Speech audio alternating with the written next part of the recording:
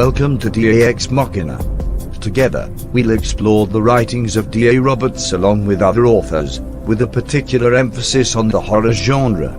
We'll discuss writing, the inspiration behind horror stories, as well as the possibility that monsters might not be safely locked away in the pages of fiction. Thank you for joining us.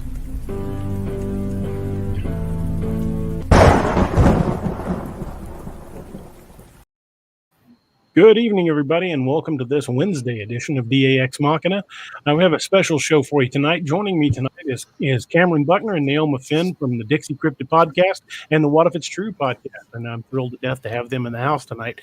And it's going to be a great show. We're just going to kick back and talk about writing and books and Steve Lilly and Bigfoot stories, and I think it's going to be a great time. We've already got a pretty good number of people in the house with us tonight. It's a bumper crop tonight. I want to take a moment just before we get started to wish a happy birthday to Meg Mills. Thank you for joining us tonight, and let's just jump right into this. Neoma, you want to start first, ladies first, and just tell everybody a little bit about yourself, and we'll just jump right into this. I'm Neoma Finn, and I am the editor for Cam Stories. I'm also the editor for D.A. Roberts' most recent book. I do a little bit of writing myself. And I like to hang out with the Dixie Cryptid and tell good stories about Bigfoot. Absolutely. Cam? I'm just Cam. Just Cam Buckner. Hey, I'm the host of, Neoma's talking about, she just does the editing, but she actually narrates. She's working on more narration. She's really becoming an integral part of the podcast. So until I run her off, she's kind of a fixed fixture. But regarding me, I just started this podcast 3 years ago this September, and it's just been a huge amount of fun.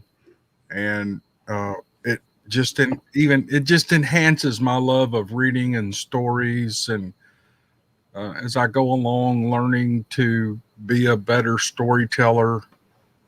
I don't know, that's about it. It's nothing special, so that's about it. Well, I started listening to your stories back near at the beginning of your channel, back when I was still a patrol officer, and I would late at night I'd be driving around and I just have that playing, and it got me through many a long lonely shift, and I really enjoyed it. And when I contacted you and you actually emailed me back, I had kind of a geek out moment, like, oh my God, he actually contacted me. Oh my God. Well, yeah. I don't know. Some people say that, I'll call them and go, hey, it's Cameron Buckner. How you doing? And they're like, oh, wow.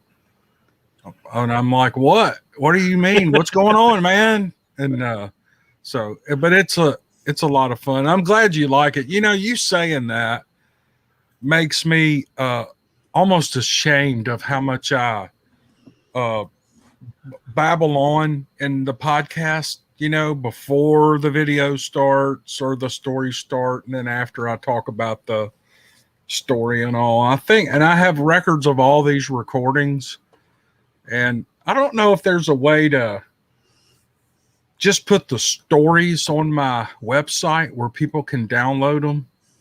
There's got to be a way. I'm sure there is. I'm going to look at that. I don't think it's too expensive to do it, but I don't know. Maybe that'll be a project when I get to a time where I don't have much work and not much to do, which is rare, but I'll just put like 4 hours of stories together and put them in different files where people can download them on their phone, or I think that'd be pretty awesome. Yeah, they could go to my website and just click download and get that file. Heck yeah. And they're MP3 files, so they're not huge. They're not like video files. And so truck drivers and people like that can just drive down the road and just listen to the story instead of listening to me run my mouth. And a lot of people like that part as much as they do the stories, so Cam. Well, I mean, but think about it. If you're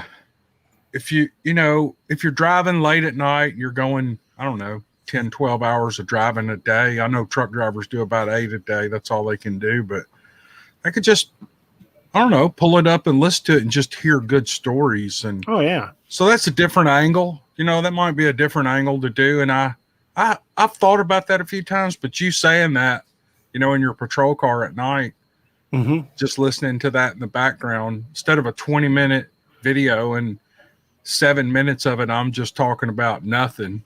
And it would just be good to, because I have hours and hours and hours and hours of just narration. And so I think that'd be a great thing, have that on there where people could just, you know, pick a story and run with it. I think that's a great idea. Yeah, download it or listen to it from the website. You know, just stream it. And you know, if the thing is, drivers, they're going from tower to tower to tower as they drive, and sometimes, you know, every 10 minutes another tower picks you up. And it's I don't know how well that would flow. Check your streaming service. You some of them will allow you to stream to like iHeartRadio, and they'll pick that up anywhere. Well, the podcast is out there, so I think I would have to submit it in an RSS feed or something. But probably. Well, James Growski, I hope I pronounced that right, says it's his mother's birthday today, so happy birthday to her. We are just getting exploded in the chat room tonight, folks. This is really, really awesome. Buenos tardes, Facebook user. Oh, Josh you're streaming Jones on Facebook too? Yeah, I've got we're going to Facebook, Twitch, and YouTube. Josh Jones says, I'm a huge fan of DC and Neoma, new fan of yours too. Somebody's commenting for Steve Lilly. Cam, you rock, one of your people here. And then someone says, how long ago was I a patrol officer? I stopped about a year and a half ago when my back injury came up. I was in law enforcement for most of my adult life in one uniform or another. Cam, we're fans of the stories, the chickens, and the babbling. It's what makes DC amazing. I got a bunch of video of the chickens today. They've all kind of got their, you know, it's two flocks. We have younger chickens and older ones. And today I noticed in front of the camera, they were all kind of congregating together. So maybe they're becoming friends. Well, you made a comment the other day, and Josh Jones is a friend of mine. He fixated on that comment, and he came up with this. She's a sassy one. Oh, that's funny. Yeah, Neoma told me about that. He says he wants to put that on a T-shirt. I think that'd just be awesome. Oh, go for it. Go for it. Go for it. Yeah, but these chickens are they're young. They're already laying eggs. They're already prolific egg layers. I think they're only 6 months old, and they're laying these little tiny eggs. And there's 2 of them that are laying double yolks in every egg. That's kind of cool. It's really weird. I don't think they'll keep doing that, but they are now. So anyway, I like them. They just add some life to the place. You know, they're kind of a pain in the butt, really, but they're nice to have around. Neoma, this one's for you. Was it the moon? I think we lost your audio, Neoma. I don't hear you. My bad. There you go. I'm sorry. I forgot I turned it off because I had a belch. Just let her rip. Yeah. No, I really wasn't drinking moonshine last week. Cam has his moonshine still. I just was really, really tired. And when I'm really tired, my mind doesn't catch up with my mouth very well. And that's always dangerous. Well, folks, I apologize if I don't catch up with everybody's comments. We are really getting a ton of comments tonight, and I usually have Steve to help me screen the comments. And doing this solo and still talking and paying attention is not an easy job to do. So if I miss your comment, I apologize, but I'll try to catch as many of them as I can. Says Nyoka says, I love it when Cam gets tickled and has to try not to laugh. I'm usually already cracking up. Yeah, it wouldn't be a Cam show without chickens in the background or him talking to one of the dogs. Yeah, I love some of the.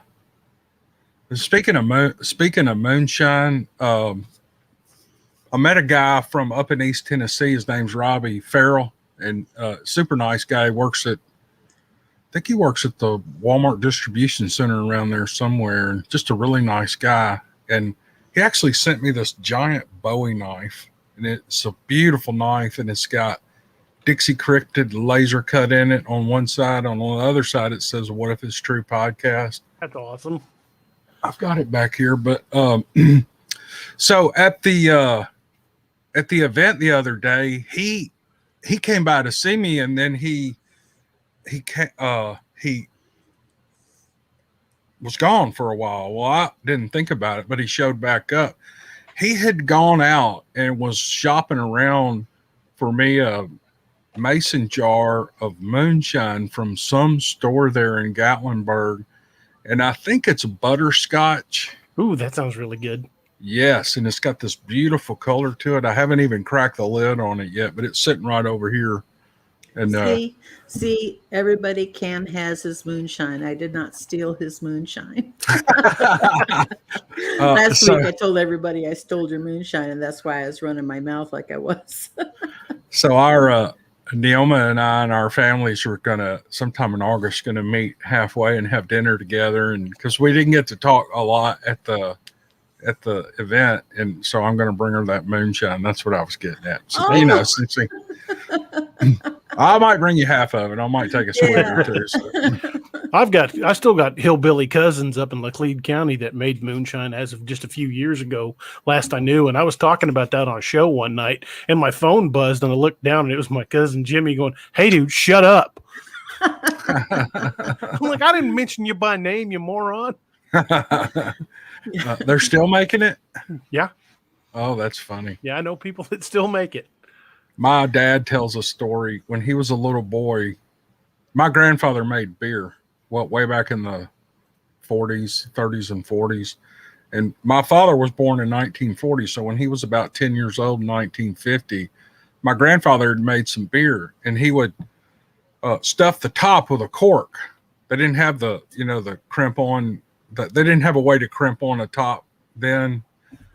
It was only commercially done, so they would do it with a cork. Well, all my people are from Mississippi. We all lived in Memphis, but they would all, when they got of age, they would all come to Memphis, and they would stay with my grandparents, his family, my dad's family, until they found a job and got off on their own. It was like the stopping point, the halfway house to a career in Memphis, and they all moved to Memphis and started working. Well, one night, a bunch of them that actually stayed down here in Mississippi, they were real country people, the sweetest people in the world. They were there, and they were staying up in a loft area up above their garage, and it had gotten hot up there that day, and that beer was expanding. At about 2 a.m, and he probably had 40 or 50 bottles of beer up there with that cork stuffed in it, Mm-hmm. And they said those corks started popping out, and they all hit the ground, and they were crabbing along the floor trying to get out of there. They thought somebody was shooting at them. And my grandmother would tell that story, and she'd get tickled. She had the most, what's the word? It's like a real boastful laugh, and she would, she'd laugh and tell that story. But it was, I don't know, your moonshine story kind of reminded me of that. We always referred to the moonshine as card table whiskey because one good drink and your legs would just fold right up. Oh, yeah. I think we were the only family that I've been. I mean, every Christmas Eve, we all went to my grandmother's house, and there would be 50 people crammed in her little house, and there'd be a card table set up, and 4 or 5 people would be sitting there playing poker, and they're playing poker quarters and sometimes dollars and pennies and dimes and nickels, and everybody's drinking bourbon, and the house is full of cigar smoke and cigarette smoke and all this stuff. And that's my memory of Christmas. I'd come home smelling like I had been in a bar, but a lot of people will say, well, isn't that horrible? Isn't that horrible you'd had to grow up in that environment? It was the greatest thing in the world because they were all occupied, and all the kids we could go outside and do whatever we wanted, and it sounds like my family. Us kids, we'd disappear out into the back of property. We'd be gone for hours. Nobody even knew we were gone. Oh, yeah. It's, this conversation's bringing up so many memories I hadn't even thought of. But I remember we were, 15, 20 years ago, we had joined this church in Arkansas, and people were talking about what they do for Christmas, our little community group, our little, Bible study group. And I was sitting there listening to some of their stories, and I was going, oh, God, I don't think I can tell them what my family did. But I finally did, and they were all just as quiet as a mouse. They were like, oh, those heathens, he's from a heathen family and all this stuff. Yeah, they'd drink, and my grandmother would, even the women would get a little tipsy, and they'd get to laughing and carrying on. You want to hit some of those comments? Yeah. Well, Josh is wanting to know what kind of he says, I got a question, tech nerd question. What's your setup like? What kind of mic, etc.? You always sound awesome. To me? Is that a question for me? Yeah, that's for you. He knows my setup. He helped me set it up. Neoma and I both use a Rodecaster Pro. Are you still using yours, Neoma? Yeah, but I'm set up in the living room tonight because Brad has to get up early in the morning. So I'm on my yeah. Oh, okay. USB mic. Yeah. I use a Rodecaster Pro, and I have this mic is it's a Rode mic. It's the Rode Podcaster, I think. I think it's the Rode Pod. Yeah. Nice. Yeah. Yeah. Same as mine. And this is a little jerry-rigged little, I don't know, what do you call these things? A pop filter. Yeah. I put that on there. This was left over from my USB mic, which was a piece of junk. I mean, when I first started doing this, I would just plug a Blue Yeti into my computer, the front of my computer, and I would just record it on my computer. Nothing wrong with that. But nothing is recorded on my computer anymore. I'm actually recording this. I'm hoping I can get your permission to run this in one of my podcasts. Cam, you got always, brother. Well, I'll just put it on the podcast. I won't put it on YouTube, but I don't mind that either. Go right ahead. But the file goes to an SD card, and then when I'm done recording, I hit stop, and then I plug it into my computer, and I can exchange files between the Rodecaster Pro and the computer, and I just put the MP3. Well, it's a WAV file. It records in a WAV file, and then I take it from there, and I go to Adobe Audition, and I do a little magic with that and editing and cut out all the sentences I have to read twice or 3 or 8 times. And so what you hear is not the way it sounded when I first did it. I'm real self-conscious about doing a good job with that. And I want what you hear. Neoma's the same way. We want what you hear to be polished and sound really good. And absolutely. Yeah. So, and I crank up the, what do you call it? The gain a little bit. I try to get some volume out of it so that you have to turn it down. I don't want you to have to turn it up. Exactly. So, well, you guys are just joining us for tonight, and I appreciate everybody that's in the audience tonight. But if you're listening to us on Facebook or on YouTube or even on Twitch, hit that like and subscribe button for me, and hit the little alarm bell for notifications so you'll know whenever we go live like this. That way you can stay apprised of it anytime we do go live, because sometimes it's impromptu. And I plan on to involve Cam and Neoma as much as I can, as I just love hanging out with them. When we get us on a roll, it's like talking to my hillbilly family, and I just get the biggest kick out of it. And I'm the only one with the Yankee accent. Well, we won't hold that against you. Should be like that guy I met from Oregon. I said, "You going back to Oregon? When you going back to Oregon?" I ain't never going back to Oregon, man. I'm staying down here.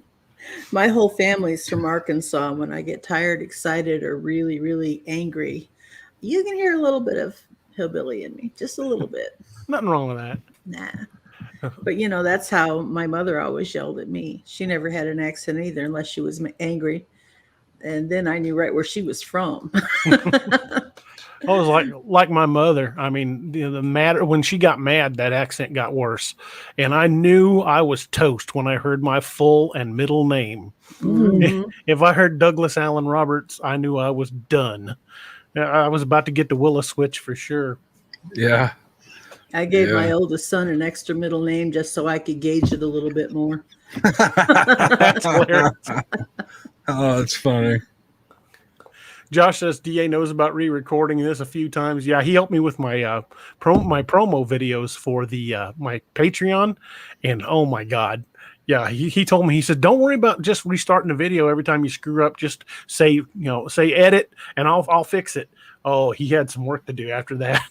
Is Josh a sound guy or a video guy? He does sound and video. He's also a big computer guy. So he helps me with a lot of my tech stuff. He's a really good dude to know. Well, I was about to say, Josh, if you want to email me and exchange phone numbers, I'll explain what I do. But if he's a pro, I probably would learn from him. I want to exchange phone numbers so he can teach me a few things. Well, I'm telling you, if we get Josh on the phone, he gets to pop in tonight. He is a huge fan. He's gonna fangirl out when he gets a chance to talk to y'all. Awesome. He's the one I was telling you about, Cam. Okay. Yeah, I really like Josh. He's a riot. And apparently Robert Miller's making fun of Josh. Says, Josh, I'm very high speed with an iPhone and camera, in case you're wondering.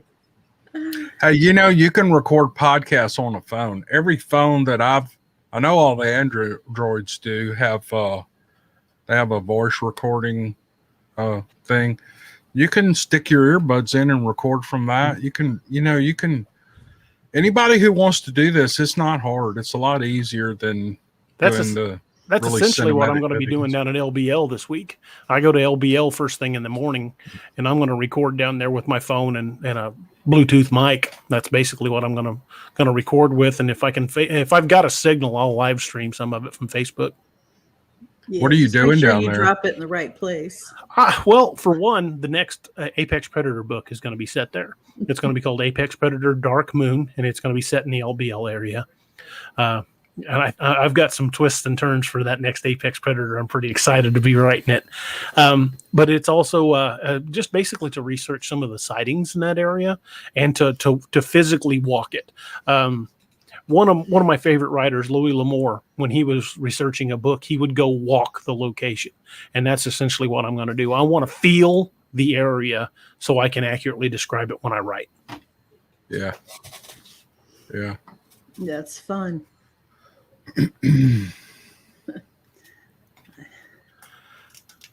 Well, I think one of the things we most wanted to talk about, and there's no way I'm going to be able to get to all these. I will literally, my focus will be on comments if I do comments, because I've never had this many comments in a show. I mean, this is astounding. Thank you guys for the comments. Again, I apologize. I know I'm not going to be able to get to all of them. I needed a second operator just to handle the comments. Call Steve, tell him to come home. Steve's at work. Yeah, he don't even answer his phone. Like, look here, buddy, get your butt home. I'm getting swamped. I tell you what, if you need a good, I don't know if you know much about LBL, but Mark Newble and Larry Porch, those guys know LBL from up at the dam all the way down to the south side in Tennessee. They camp there all the time. They winter camp. I'd love to talk to them. Yeah, I probably won't be able to arrange any meeting or anything for this trip, but I may plan on going back. You can look up some of their videos. They do a lot of video, or they used to. They're actually doing a lot more live broadcast now. It's called Beast TV. But on their channel in the early days, they would video all their campouts and things at LBL, and they go in at night. I mean, and they bushwhack in. They don't follow a trail. They're just rawhide dudes. I've always been impressed by those guys. You met Mark at the conference, didn't you, Neoma? Yeah. He's got the long dark beard that. Yeah. He is such a nice guy. Him and Larry both. I love those guys like brothers. They live up in West Tennessee and I'm down here in North Mississippi, but if I lived in the same town with them, I'd bug them to death. Hey, what are you doing for lunch? What are we doing this weekend? I'd always be on them, They're just great guys to hang around, and you just love being around them, and that you can joke with them and they don't get their feelings hurt, and they can joke with you, and it's all in fun. It's just a blast being around them. So Well, that sounds like the kind of guys I need to get in touch with. This was Terry, you said Yeti soap. Your wife thinks it smells bad. I hope my wife likes it, because I got 4 bars on the way. Well, go back to Irish Spring, Terry. Maybe she'll like that better. Ronan Barron says helps you connect emotionally and communicate that to the reader. I think he's referring to going and walking the place. Jim Roll says, I love Kentucky Lake. Hot as crap this time of year. Well, Yes, it is. yeah, I'm going to feel that, but I'm used to Missouri. I mean, it's the devil's armpit around here anyway. We don't have mosquitoes around this area. We have what I refer to as mosquitodactyls. You'll occasionally just find someone shriveled up like a raisin on the sidewalk where they'd been just drained dry because they got too close. Yeah. Yeah, you know the old story about the two mosquitoes that picked me up and started to take me home, and then the one said, "Nah, we better eat her here. If we take her home, the big ones might take her from us."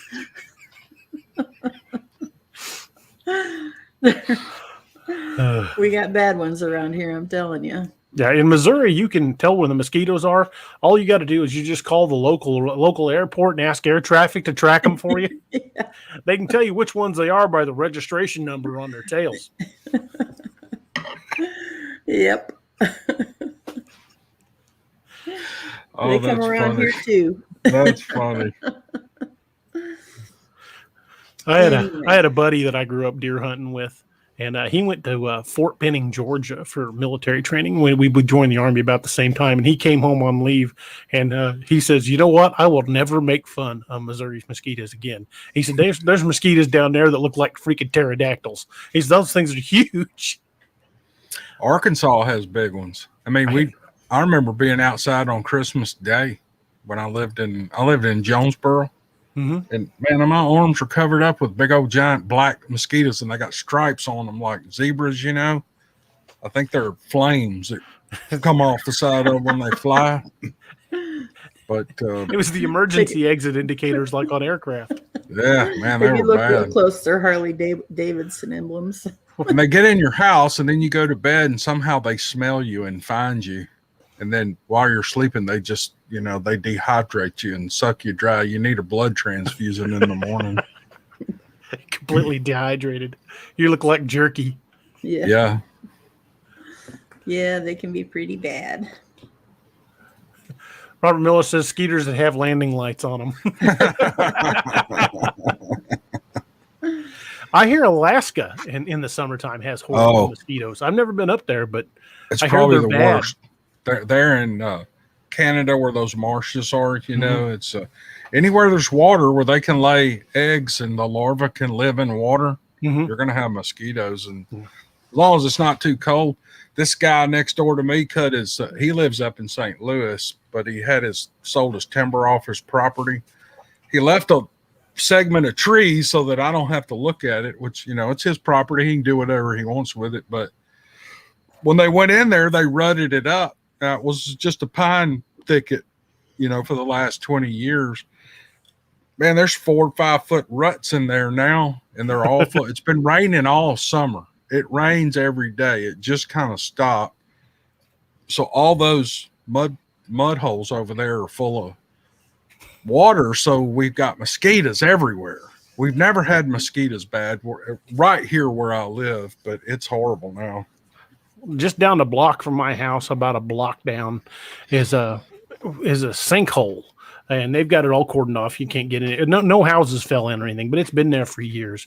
And there's standing water down on the bottom of that son of a gun. And I am going to put out like 1,000 bat houses out on my outbuilding because something's got to equal it out, man. You going out in our backyard, you better be covered in DEET, because if not, you're going to have skeeters all over you. They tried to carry my dog off one night. I want to have bat houses just to watch the bats. I Those love are them. neat. Me too. I really love them. I used to put a bat house up every year at the beginning of summer, and my first husband would take it down about 2 weeks later because he's terrified of them. And would they inhabit? Would they get in the house? Yeah, every not time. in the house, but yeah, in the bat house. Yeah, they did. About the time they'd start going in there, he'd take the darn thing down because he was just terrified of them. Oh, it's such a mind cool bats. animal. Bats are neat. Yes, they are. Alan Rose got rid of him.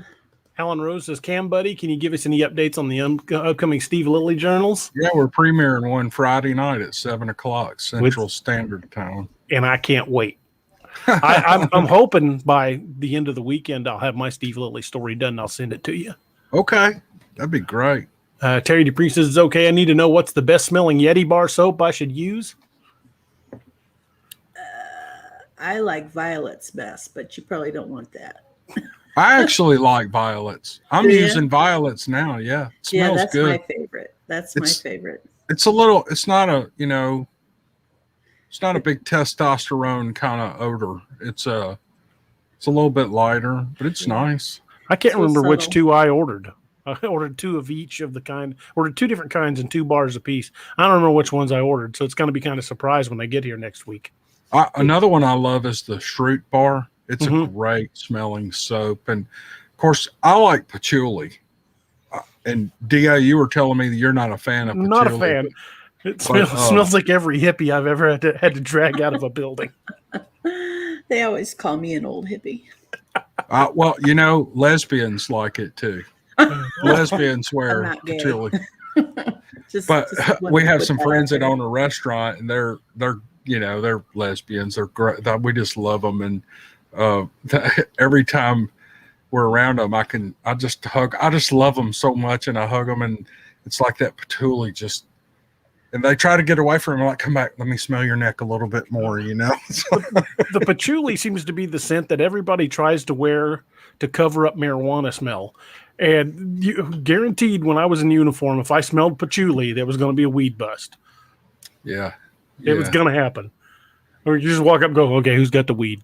You smelled it around hippies a lot, during the, mid 70s, early 70s, even probably earlier, but and then it kind of went away. You never came across that odor again, and it's kind of coming back. And heck, I've got a bottle of patchouli. I don't know, it's like an oil. Mm-hmm. When my truck starts smelling funky, I just drop a couple of drops of that patchouli oil in there. I don't know. I do get tired of it every once in a while. So if you don't like patchouli, don't use the Dixie Cryptid bar. And the hippie number 1 is about half of the. It's just got a slight patchouli scent, but the Shroot doesn't. The Eucalo doesn't. The Violets doesn't. I'm trying honey to think oats doesn't, or oats and honey, whatever it is. Yeah, it's one. And my other favorite one is that. Yeah, it's a good one. Yeah, and coffee doesn't. I don't know if they're still making the coffee one though. I want to say the Dude was one of the ones I ordered, but I don't remember. You'll like it. You'll like that one. Josh. Hey, Josh. Can't hear you, buddy. You gonna say anything? Say hello. Say hi, Josh. The screen's locked up. Yeah, I think he froze up. Oh, now he's back. Oh, now he's gone. He'll be back. Robert Sharp says, I do have some good advice, though. Don't ever deer hunt at night in the LBL. I kind of got the feeling that would be a bad thing. Yeah, it's against the law, too. That's a bad idea. Yeah. I've never grown up deer hunting. They kind of frown on you hunting at night. Yeah. I don't know if you listened to the show last week or Saturday night show, but they apparently a guy got gored in the throat by an elk there. Oh, really? When do elk ever gore people in the throat? Tall, bipedal, shaggy-looking elk with fangs and claws. With big claws. They call him Wind. Sometimes they call him Windy. Sometimes they just call him Wendigo. There you go. It was a bipedal with horns. Yeah. Kind of like this. Yeah, there you go. All that's like Code Wild Hunt book number 2. Yeah, that's like what Margolin hung on the wall in the bar. Yeah, that's awesome. Only mine's plastic, but it's still cool looking. Hey, Josh. Hey, General Dalton. Hey, how's it going? Sorry, I had some audio issues the first time I tried to jump in. Not a problem. Ladies and gentlemen. How you doing, General Dalton? Oh, all right. Hey, DA. Yes, sir. I went to a ball game tonight. My local State Farm agent gave us free tickets. Nice. And while I was there talking to him, I ran into the local head librarian for my county, so I threw your name out there to her. Awesome. Thanks, man. Appreciate that. Robert Sharp says, not just that you tend to attract things from dragging your deer back to base camp at night in the LBL. I would imagine. That's what he's saying. You kill a deer late in the day, and then you be out there till 9 or 10 o'clock dragging it out. That's what he's talking about. I've been there. In LBL, that's almost like chumming the waters, though, isn't it? Yeah. It's like swimming in the ocean with raw beef underwear on. Mistress, where's LBL? Go ahead, Neoma. The LBL is the Land Between the Lakes National Recreation Area in western Kentucky.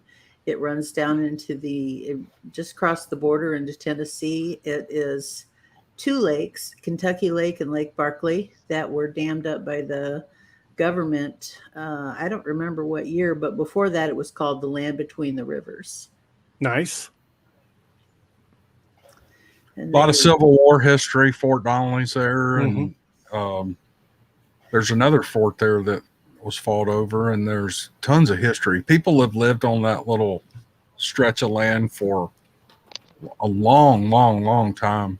Was it Fort Donaldson and Fort Donaldson, not Donnelly. You're right, Fort Donaldson. the Pillow all there? It was the first of Grant's victories hidden south. Is that what you're talking about, Cam? Yeah, right. No, Yeah. Confederate. Yeah, what was it?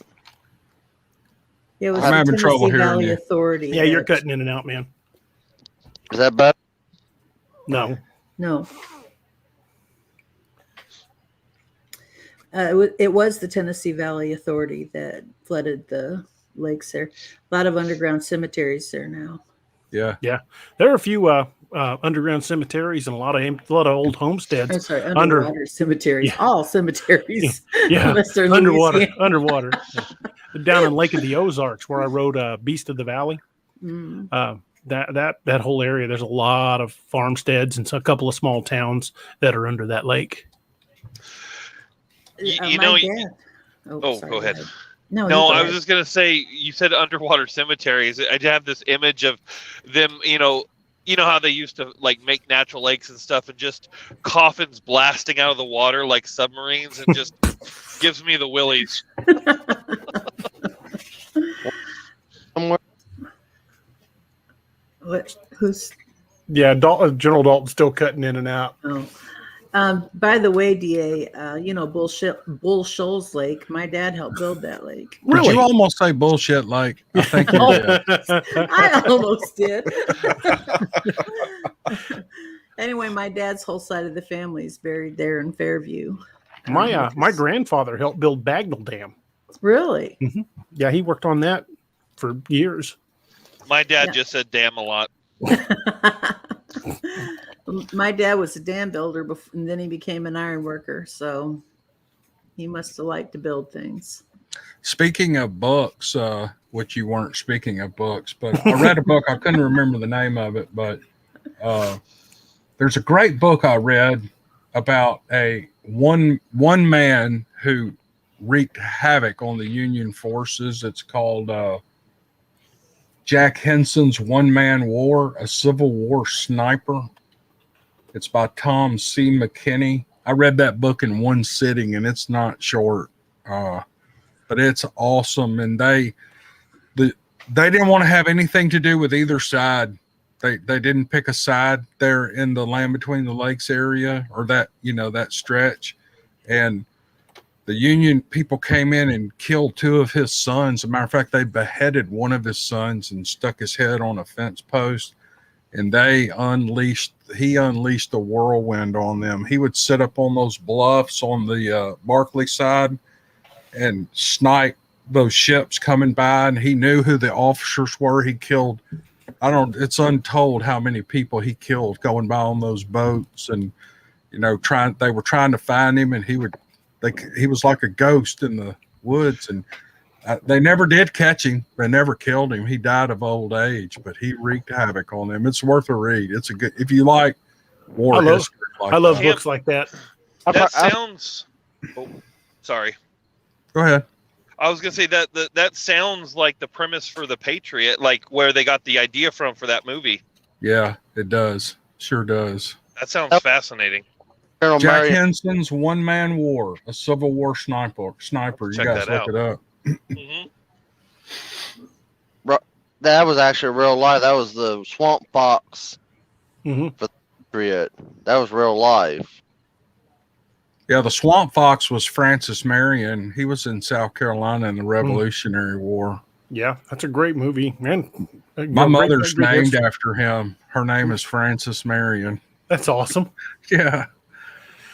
Terry Dupuy says, I want to put out a shout out for the best story Cam read. I guess he's asking, what's the best story you've done? Joshua and the Bigfoot, y'all's thoughts. Joshua and the Bigfoot. I don't remember that one. Or is that not the title? Did I miss? I'm not sure. I think he's talking about Jonas and the Bigfoot. I wrote a story about this autistic kid who lived. This is okay. I hope that's what he's talking about, because I'm about to explain how I got that story.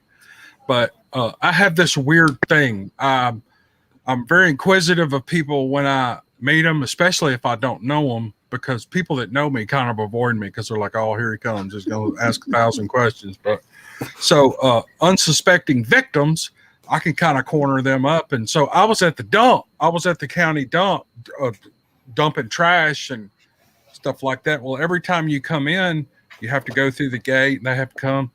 And these old country guys come out, and they just kind of look around. Got any home trash in there? No, it's just what you see. Okay, well, I got to ask. I think we lost Cam. Stuff like that. And yeah. And so anyway, I got to talking to him, and I said, you never seen any Bigfoot out here? And he's like, no, but there's a story going on around here. And there's this kid that lives up this road here. He's kind of off. There's something wrong with him. And he grows blackberry. He grows the best blackberries in the whole world. People actually come from all over the world to find out how he grows these big, delicious blackberries. And they say that he was friends with a Bigfoot up in those hills over there. And I said, really? And I didn't want to go over there and meet the guy. He didn't know me, but he lives there, and he's handicapped in some way. And so I thought that's kind of a premise for a good story, you know? So I sat down one day and I wrote the story around that, and people just loved it. People, you know, except the old grouchy Bigfoot people, they're like, "Oh, it's fiction. I don't want any fiction," you know, all this stuff. No, they're not gonna like. They're not gonna like my book. The real thing. That's all we want is the real thing. And I always challenge them. I said, "Go, okay. If you want the real thing, if you can verify just one Bigfoot story, save the Patterson Gimlin story, because they have video evidence of it. But see what they just don't want you to tell them it's fiction. That's what it is. Yeah. So they just want you to tell them it's true, you know? So what we do is, Neoma reads all the emails. She's linked into my email accounts, and she reads all of our emails. And we just take what people write, and we just read it back to the audience. That's all we do. We don't change the stories. Boy, she puts a nice polish on it, though, with her edits. But because we want the stories to sound good. But every once in a while, and I haven't done it in a long time, other than the Lily journals. But I haven't written a story, you know, with an idea in a long, long time.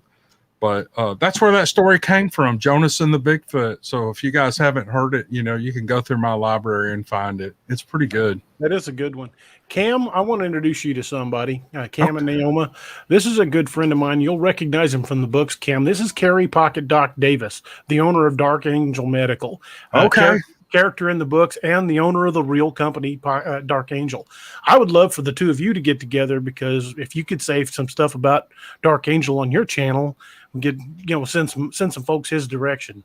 Sure. I've been trying to do that for a long time. Yeah. Carrie's good people. He's from your neck of the woods. Are you Mississippi or Georgia? Mississippi boy. Mississippi boy. Where are you from? Born in Natchez and grew up in Covington County. Natchez. He's down in the Magnolia part of the state, down where they pronounce the auras like this.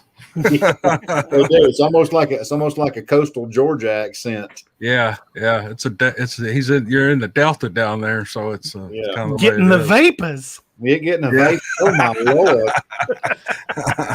My stars and daughters. You know who has the Magnolia? I call it the Magnolia accent. The Delta accent is Foghorn Leghorn and Yosemite Sam. It's exactly that. Yeah. That's what that accent is. Yeah. He was my daddy's favorite.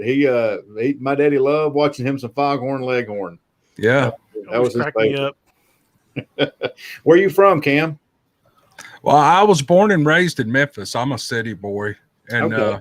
I've lived all over. I've followed work all my life, and just landed here in North Mississippi, kind of between New Albany and Tupelo, in that area. Oh, I was stationed at Columbus for a while, so yeah, I know exactly where you're talking. Yeah, Good buddy a of little bit mine south. from New Albany. Yeah, we go fishing down there. We get on the river down there and fish for Yeah. crappie down there. So, Yeah, that's awesome. That's awesome. but Yeah. I'm not from here. All my people are from Amory. You know where that's at. It's close down there to Columbus and Smithville and Aberdeen and Nettleton in that area. That's where all my people are from. But my brother married a girl here in Tippah County. Is where we live. And anyway, long story. But I finally one day called him. I said I was divorced at the time, and I was tired of living where I was, and so I sold my house. I sold everything, and then I had a fifth wheel trailer, and I said, "What do you think about me renting some office space from you and living behind your office in my fifth wheel for 6 or 8 months till I figure out what I'm going to do?" And he goes, "Come on." So I wound up staying there 5 years, just me and my two dogs at the time. That's all I had, and lived behind his office in a fifth wheel. And I'm telling you, it was the best time of my life. I had more fun because I bush hogged all his fields and stuff, so I kind of had yard work, but I didn't have my yard to edge and mow and all that stuff. So anyway, that's boring. I just Well, it's nice meeting you, man. Nice meeting you. Carrie is my source of information whenever I do a combat scene and somebody gets slashed, shot, mugged, killed, something. Any major trauma that I do to a character, that I'll call Carrie and go, "Okay, I screwed up. How do I fix it?" yeah. You told me that. That's a DA's called me a few times. He's like, he's got these injuries here. What do you think? I said, I think he's going to die. Like, all right, we're going to have to tone it back then. Yeah, Let me the back first up scene a in little bit. one of the scenes in Apex Predator Wolf Moon, the first one, Mike Blanchard was actually more injured originally. Carrie's like, "Yeah, I don't think you're going to save this one." I'm Yeah. like, "All right, we're going to tone it back." He's pretty messed up, dude. I think he's going to die. I was just going to What? ask, do you ever tell him just to throw him a nice funeral? yeah. Just give him a Viking funeral. He'll be fine. Rub some dirt in it; it'll be all right. That's right. It's only a Hollywood injury. Just stick a thumb in it. Yeah, exactly. Yeah, or tampon. Oh my God. Here, put a belt on it. That'll be fine. Yeah. That's just as good as a tourniquet. That's right. I bet it would plug a bullet hole. Yeah. For a little bit, and then it's going to bleed right through it. Unfortunately. We got a serious question. I'm not even sure how to answer that one. I would say if they're an animal, then of course, like any other mammal, they would. What do you think, Cam? Oh, I have no opinion. I mean, if they're distant relative or of us or even apes, I would imagine probably. Yep. If it's a mammal, yeah. They're mammalian, so I would agree with that as well. I mean, if they're like us, mammalian, some sort of Homo erectus or Homo whatever, Hominid. Yes, Sort of hominid, yeah. Some hominid, then they're probably going to have some sort of cycle. If they're You would think. Yeah, because they're going to get fertile and have babies and everything like that. Every mammal does. Yeah. Well, elephants have estrus, actually. I just want to put out there to everybody watching, since DA is getting a lot of comments, something that I know works really well. If you do have a question, capitalize the word question in front of your question, and he can pick it out of the comments a little bit faster and get to it to try to get it up on the screen for you. Yeah, I'm a little slow since I'm running this solo. Yeah. Are you That'll- working tonight, Josh? I am, yeah, waiting on the trailer to get loaded. Mm.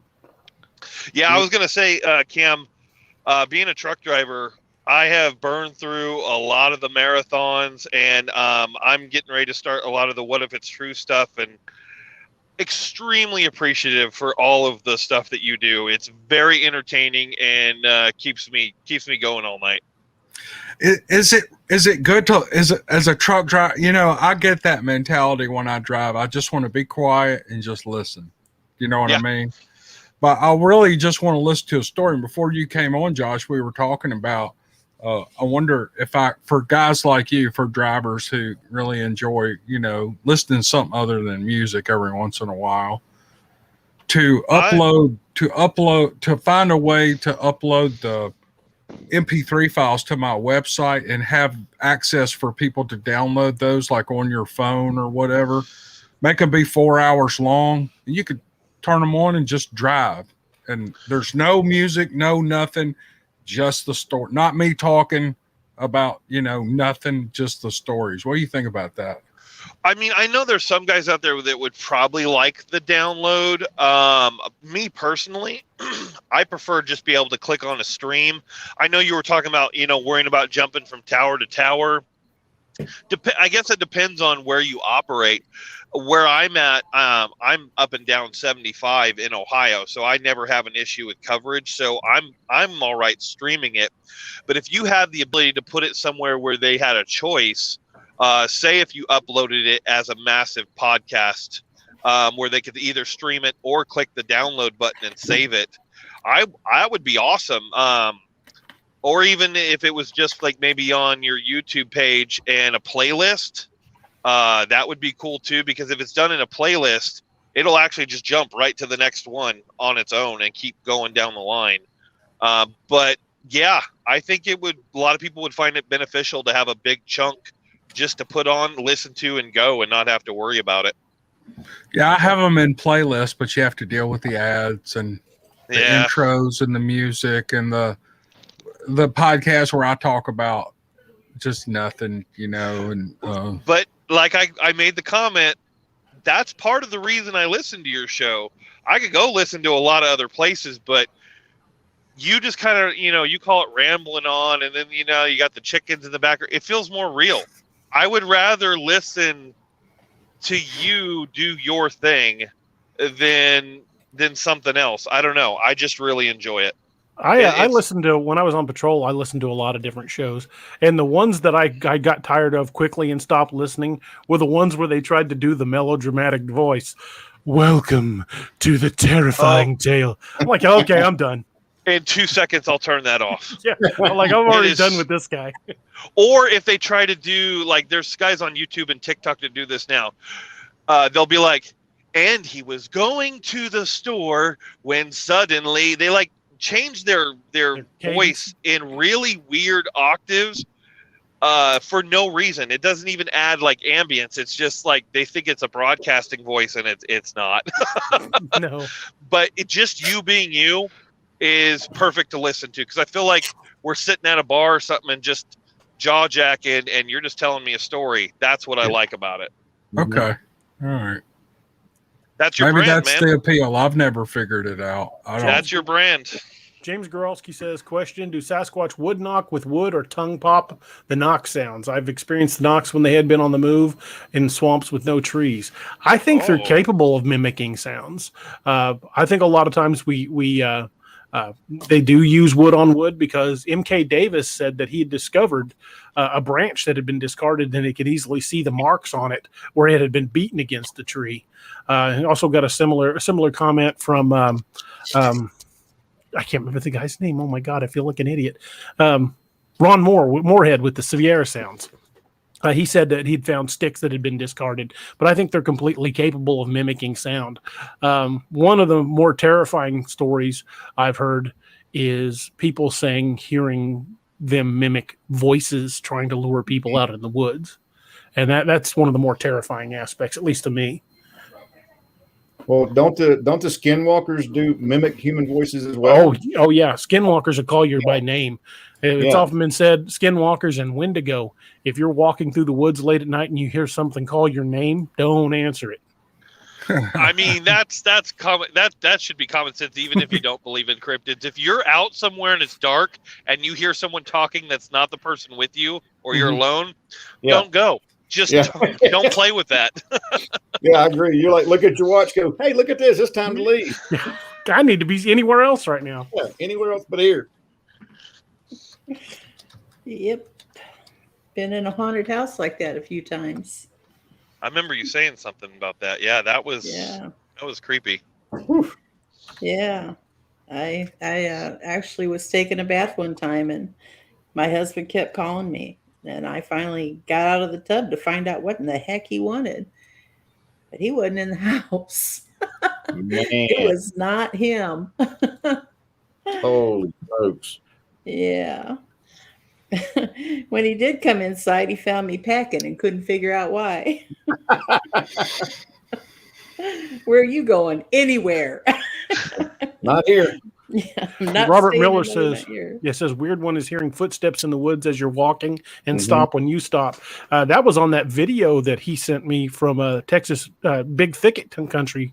Robert was down there a few months back and he sent me a video where you could clearly hear something walking in the trees pacing him, and he'd stop, it would stop. He would start, it would start, and then he would suddenly stop and it would take like an extra step and stop. It was kind of neat. Yeah, my daddy was, when he was a little boy in the swamps down in Bowie River swamps in Mississippi. It's right on the Covington County and Lamar County line where he grew up. He and his two cousins were walking back from church one night, and he was probably about 15 or so. And he said they heard something pacing them in the woods. They were walking along the road, and they heard something going through the swamp, pacing them. And every time they would stop, it would stop. Mm-hmm. I've actually had that happen to me in the woods. I never got to look at it, so I don't know what it was. Yeah. Can't say what it was, but I've had that happen. Yeah, he said whatever it was big because it was making a lot of racket. We've had a lot of stories with that on the channel. Seen a lot of stories come through where people were being paced through the woods like that, and it would stop when they stop and start when they start. I got to get going, guys. I appreciate hanging out with you guys. Cam, it was awesome to meet you, man. It was, I really appreciate it. Thanks, guys. I gotta get to work. I'll talk to you guys later. Josh, General, see you, Neoma. See you guys. See you later, Josh. Bye, Josh. Was he driving? Yeah, was he driving? Yeah, he was waiting for the guys in the warehouse to load his trailer. Oh, okay. Got another question. Has anyone considered Bigfoot maybe a human instead of an ape? That's a big debate a lot of people have gone through. I don't know how Cam feels about it, one side or the other. I kind of lean toward it being more of an ape to me, in my opinion. I don't know. It's just my opinion. But there's schools of thought that think it's a relic hominid. It's a missing link. It's an offshoot of humanity. Whether or not it's an ape-like human or a human-like ape, I don't know. But it's not. We're not going to know until somebody finds one. I talked to someone at the conference who is delving into the idea that they are prehistoric Neanderthals. I've actually read a very compelling argument about that. Danny Vendramini's book, Them and Us, really made me think about that. I just got done reading that. Great book. Mm-hmm. Yeah, I don't know what they are. Yeah, I don't either. And I'm not an expert on it, so I try not to. Oh, I'm no expert on anything. But, I mean, scientifically, I'm sure if we ever get one to study, they will fall into the family of hominids. Oh, I'm sure somewhere along the line. Yeah, I don't know if they'll ever put them in the subfamily of hominins, but I'm sure they'll put them in the family of hominids. There'll be 5 great apes instead of 4. I think you're right. But got to catch one and study it first, or get a scientist to study it before that's ever going to happen. Well, you got to get scientists willing to admit there even a possibility they exist. Well, there's only a few of them handful out there that do. have, but yeah, They get won't do after that it. until they have a specimen. It's never going to happen. I agree. I had a discussion with a guy this weekend who was actually he was a scientist, and he was in the chemistry field, but he was like, well, I think the more and more evidence that comes forward, the next generation and the next generation. I mean, how many more people believe in Bigfoot now than they did in the last generation? Like my kids, Yeah. or like my parents. My parents would say, what I'm saying is my parents' generation to my generation, it's probably quadrupled in number of the people who think there's a possibility. The problem with that is it doesn't matter who believes. That doesn't matter. Just because you don't care what people think about you, because you've seen a Bigfoot or whatever, that's great. And I love your story, and that, and if you had a hard time with it, I have a lot of empathy for you. But until they get a specimen, dead or alive, it's never going to be recognized by, and I say this all the time, any university biology departments or wildlife agencies or any of these entities that are scientific, that do things in a scientific way and use a scientific method. Mm-hmm. They have to have something to study, or they're not even going to even talk about it. They're not going to talk about it. So, but it was an interesting discussion he and I had. Go ahead. I'm sorry. I was just saying you got to have physical evidence, or they won't even think about it. Yeah. Yeah. Well, Cam. We heard you. Go ahead, Josh. Oh, sorry. Just to piggyback off something I picked up in your stories, like you were talking about the generational thing, is technology has advanced what was once oral traditions, and like you do in your stories, you're spreading them so the belief system gets bigger with technology. What was once only heard within a small community gets broadcast over a larger field now, especially doing like your stories. Right. Would you say I'm off base with that, or? No, I think you're dead on. Oh, we got another question. Facebook user. If you go to StreamYard.com/Facebook, you can authorize so it will show your name. It says, where do I connect with cryptid hunters and alien study groups in Surrey, British Columbia? I'm asking this because I'm trying to make my in-person network circle bigger. I couldn't begin to tell you. I don't know anybody in the British Columbia area. Cam, do you? No. Neoma? Todd Standings gets up that way. I think he lives in BC. I think so, but I don't have any contacts with him. Yeah. Well, I once would have told you to get a hold of John Bindernagel, but he's passed away. You can contact Todd Standing, and he will answer you, and he'll probably call you. He's that kind of person. He's a very personable guy, and a lot of people don't like him. And of course, I had him on for an interview, and I actually spent a day with him in Alabama. He was down here in Alabama. He stayed for a week, primitive camping out in the middle of nowhere, just going on these marathon hikes. And I mean, that guy's a monster. He's just a monster. And but he that's what he does. I mean, people who are interested in his topic, he may not get back in touch with you that day, but probably sometime that week, you're going to hear from him in an email. And if what you're saying he just wants people who are interested in what he's doing, and who are not interested in, what's the word? A lot of people contact him with nefarious intent. In other words, because he's a real high profile person in the Bigfoot world, but he's really a super nice person. He's a very nice man. I really like him. And I don't care what I don't care about all the other stuff. I just judge people based on what I see and what I know. I don't follow the YouTube herd. You know what I mean? If I like a guy, I like a guy.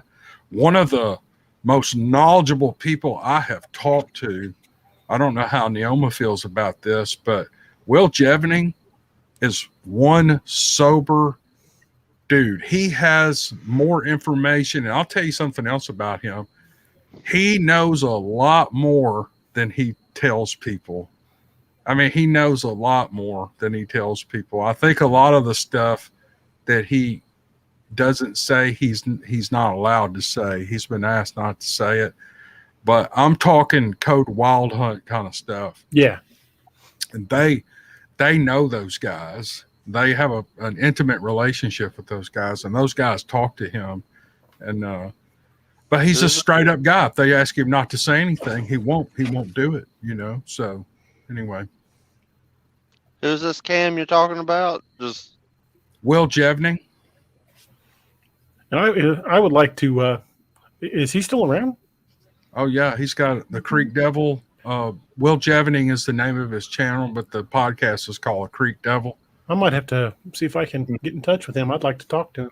I think he does a bi-weekly or twice a week podcast every week, and they're 3 hours long.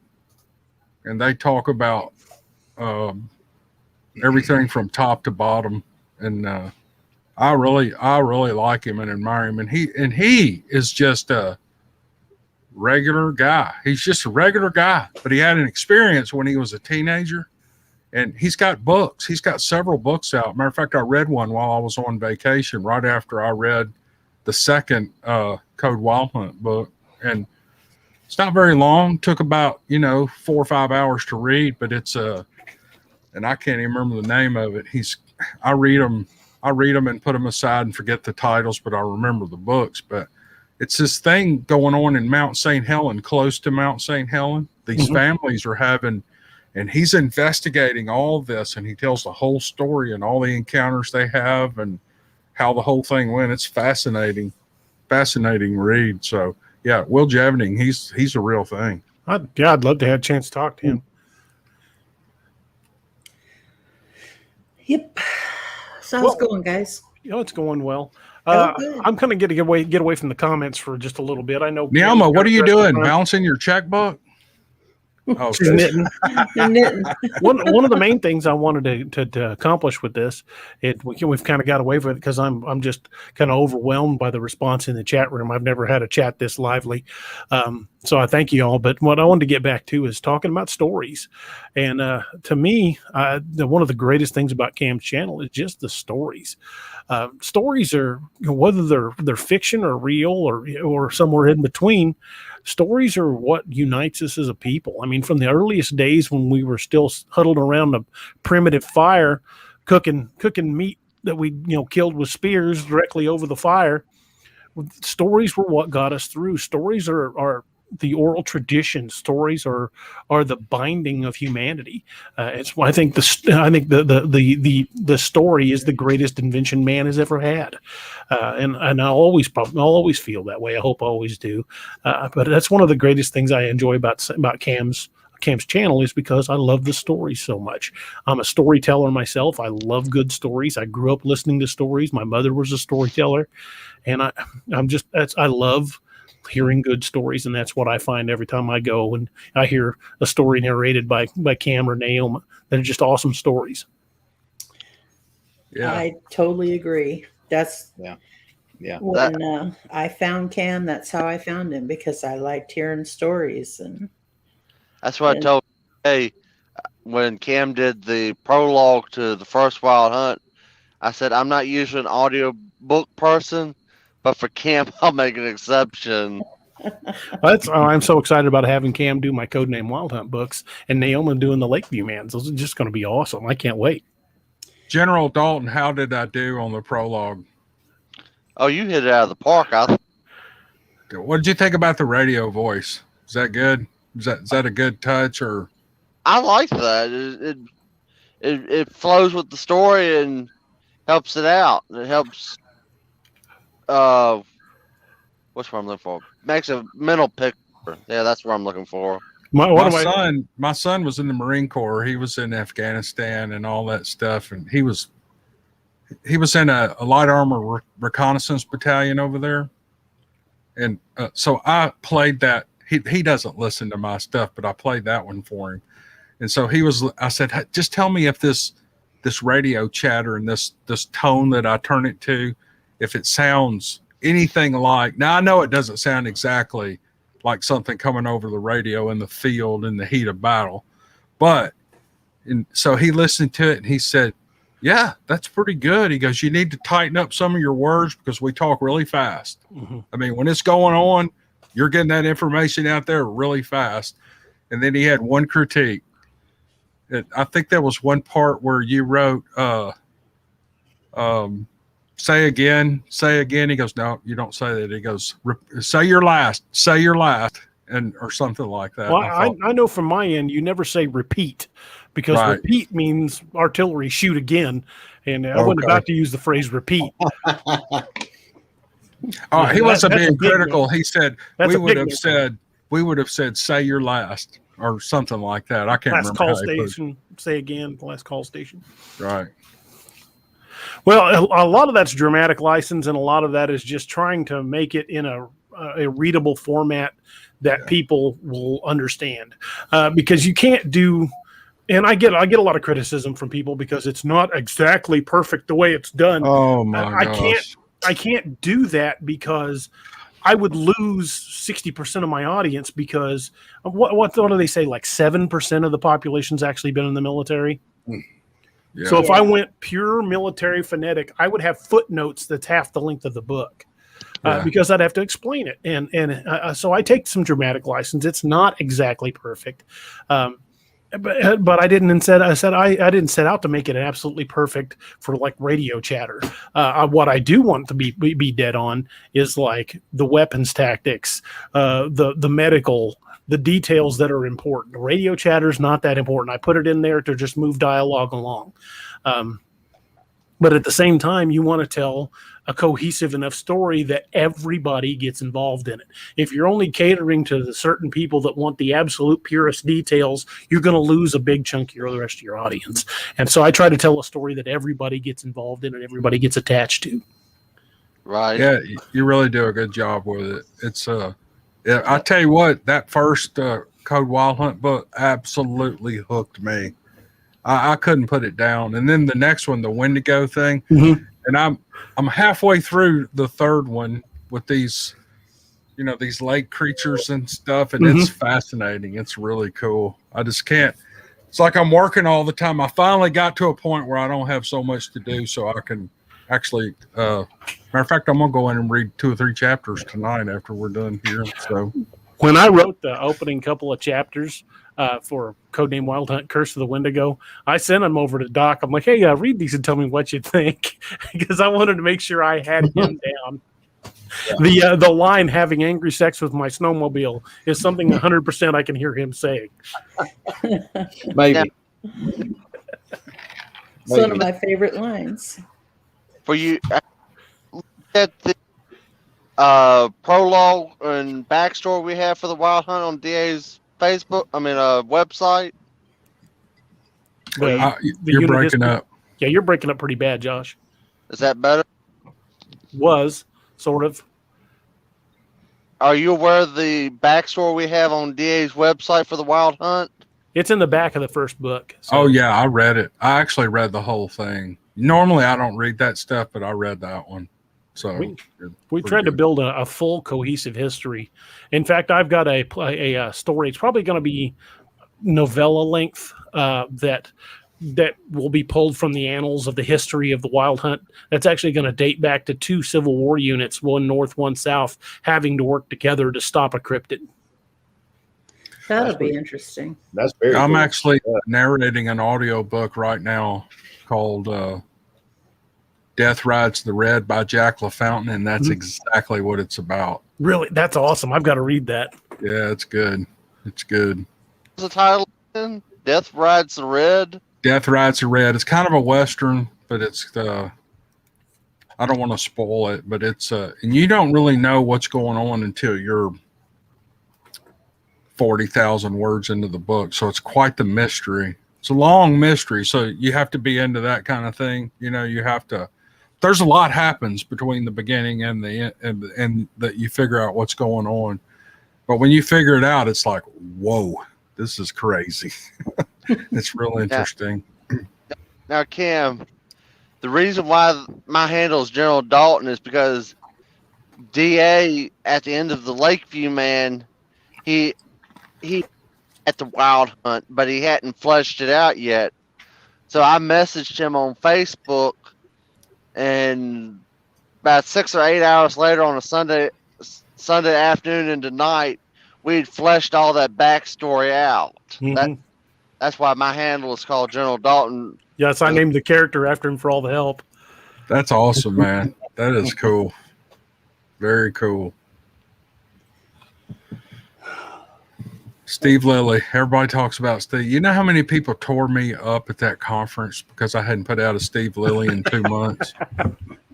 Well, apparently they're pretty excited about Steve Lilly Friday, so. Yeah. You left us last one.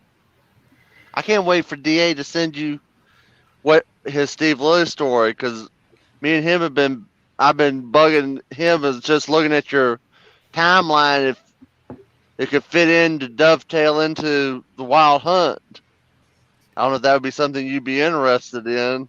Well, I'm also working on a Steve Lilly novel, and I told DA, you know, Daniel Clark may have a part in the Which Steve Lilly I am novel. 100% on board with. That's awesome. That's cool. I love the fan fiction stuff. I've read. Do y'all ever? Y'all read any of Lee? What's his name? Who wrote the Jack Reacher stuff? Lee Child. Lee Child. You know, Yeah. there's a lot of people that write books about Jack Reacher, but it's not Lee Child. It's fan fiction, and you can do that without, generally without any copyright infringement and stuff like that. And fan fiction sometimes is great. It's really good stuff, and so I'm all for that. You know, whoever created the characters, they're always going to get credit for creating those characters. But if you can build a story around a character that's already created, that's a compliment. To me, it would be. So I'm 100% on board with you there. I'm a non-published author. I've never been published, and unless you consider the stuff I've written and, you know, narrated on my channel. But and someone's doing fan fiction on one of my characters, and I'm not even published, and he's got 24 books out. I mean, what a great compliment. Wow. So Who is that? Yeah. ooh, DA. He's writing a book. He's writing a Steve Lilly book. Well, I love Steve Lilly. I mean, I just, like I said, I hear half of my damn cousins in him when he's talking. I still crack up about the line he's speaking Ghibli.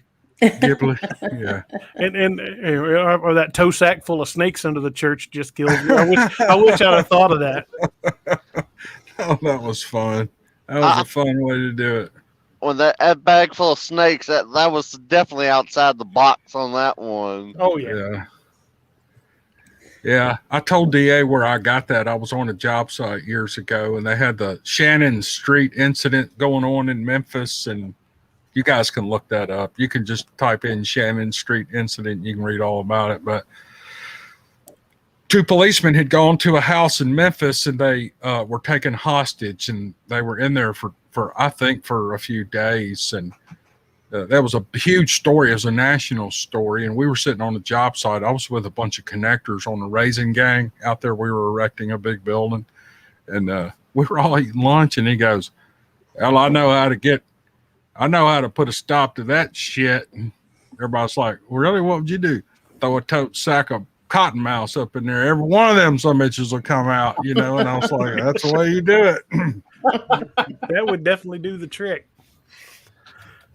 It's like I can see something like Texas law enforcement or somewhere out west Sorry, we can't afford flashbangs, so we'll just throw a damn sack full of rattlers through the window. Yeah, that'll do it, man. Yeah. Think about that. I mean, why throw tear gas and punch through windows? Just throw a big sack full of snakes in. Nobody's going to stay in there. They're not going to stay in there.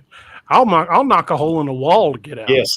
Yes. To me, there's only two kinds of snakes in this world: the kind of snake that'll kill you, and the kind of snake that'll make you kill yourself getting away from it. That's right. Yeah. Yep. Yeah. That's the fact. There ain't a screen door in that kitchen. It will be one in a second. Yeah. or a new hole in the wall, one of the two. We ain't got a back door. Give me just a second. Yeah. Well, point me where you want it, because you're fixing to get one. I've got claws all over my arms, on my right arm and my chest and my side, for where I forgot that there was a barbed wire fence that just come through. I was going to slop our hogs. I grew up on a farm and I slopped hogs. And right as I was getting up to the pig pen, there's a big old about a 3 foot water moccasin. He looked like he's about 15 foot to me. And I completely forgot about that barbed wire fence I just come through. And slop bucket went one way and I went the other way, and I run right. I tried to carry that fence with me as far as I could, but it wasn't giving me. But I finally got out of there. Oh man! If I've got to get away from a snake, there's a lot of things that'll stop me, but sheetrock and wood ain't going to get it done. You are correct, sir. You are correct. Oh man! I have to be honest with you guys. I don't feel that way about snakes. I've always liked them. I had a neighbor live down the road from me, and he knew that I like to play with snakes. Do with that what you will. And he woke me up at about midnight one night and said, "I've got a rattlesnake trapped under a bucket in my driveway. I don't know what to do." So I got dressed and I went down there, and I took a scoop shovel and I stuck it under there and I flipped it over. And I looked, and we lived up north. I knew it wasn't a rattlesnake. Anyway, I looked down in the bucket and it was about 5 feet long, and I pulled it out and turned around to show it to the guy. And he'd fainted in the driveway. A rattlesnake? It wasn't a rattlesnake. It was a big old bull snake. Yeah. They make a noise kind of like a rattlesnake, and that's what he thought it was. They'll shake their tail up against a leaf or something. Mm-hmm. They rub their scales, and it sounds like a buzz to me. It doesn't even sound like a rattlesnake to me. But that poor guy, when I pulled that snake out of that bucket, he fainted dead away. I turned around to show it to him. I was going to explain to him it wasn't a rattlesnake, but he was out cold. Well, we got a question in here. It says, what's the time frame for DA's books, Odin's Call, or any others to be released as audio books, hopefully with Cam doing the narration? I'll let Cam answer that one. He's the busy man. Well, without going into too much detail, I have 3 actually to do. And I would do DA's books, but I have to live up to my word, and I've agreed to do 3 others, and I'm working on them. And the author of the books, Jack LaFountain, is being so patient with me. I was supposed to have these done back in May, and I told him, I said, "Man, I just got hammered with a big job. I'm not going to, if you need to hire another narrator, go ahead and do it." And he said, "No, I'll wait. It's not a big deal." So he's got 3. He's got Death Rides the Red.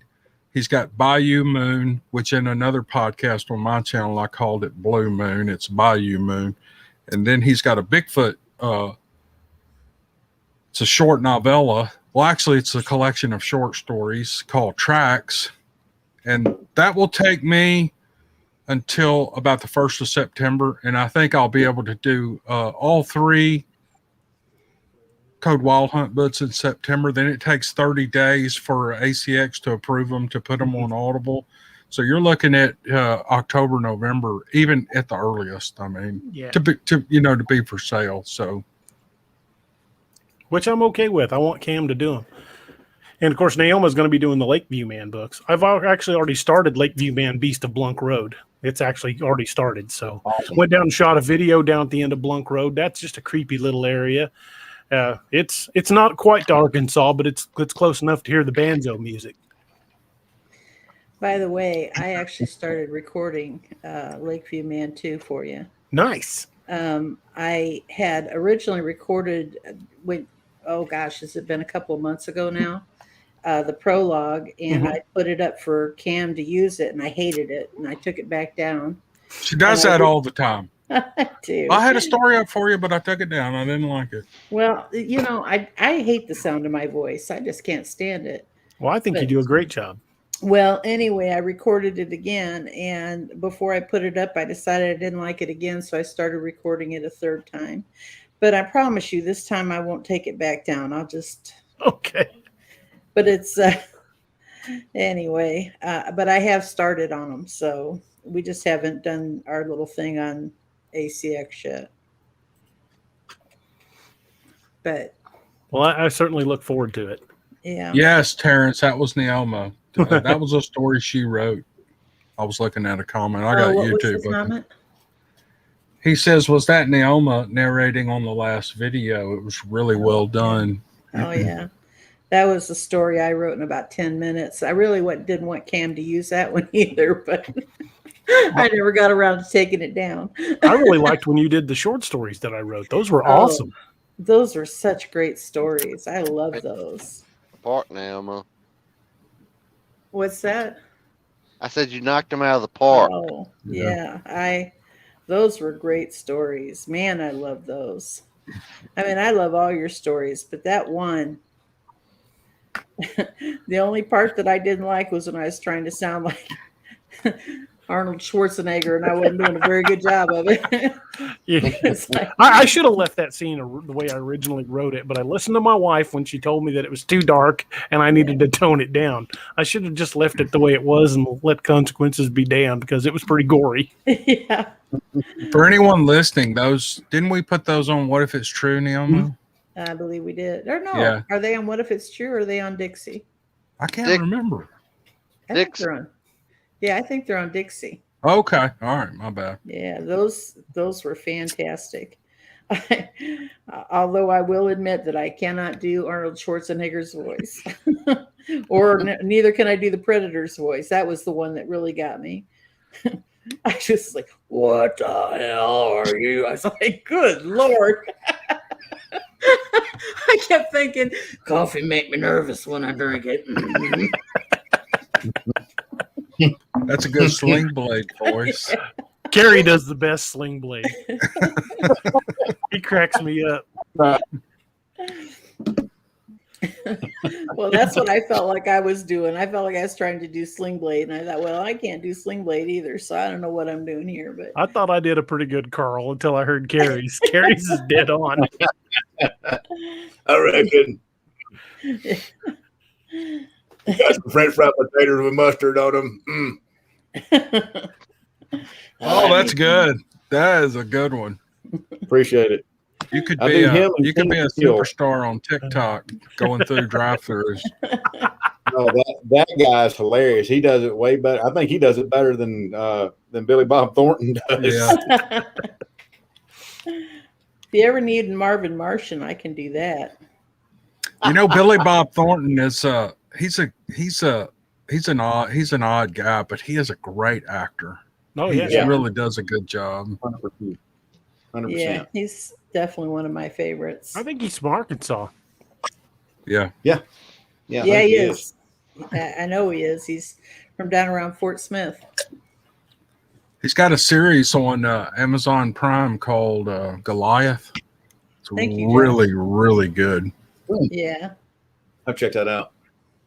2 seasons. The first season is better than the second. Oh, he may have 3. There may be 3 seasons, but he's really good he's good in it. I mean, it's I watch these series and I wish they just quit making them. You know, they just fade away, and you kind of want them to keep going because the quality of the acting is so well done, and but it never works out that way. Yeah. No. Have either of you had a chance to see the cover of my new book? I have. You haven't seen it, Cam?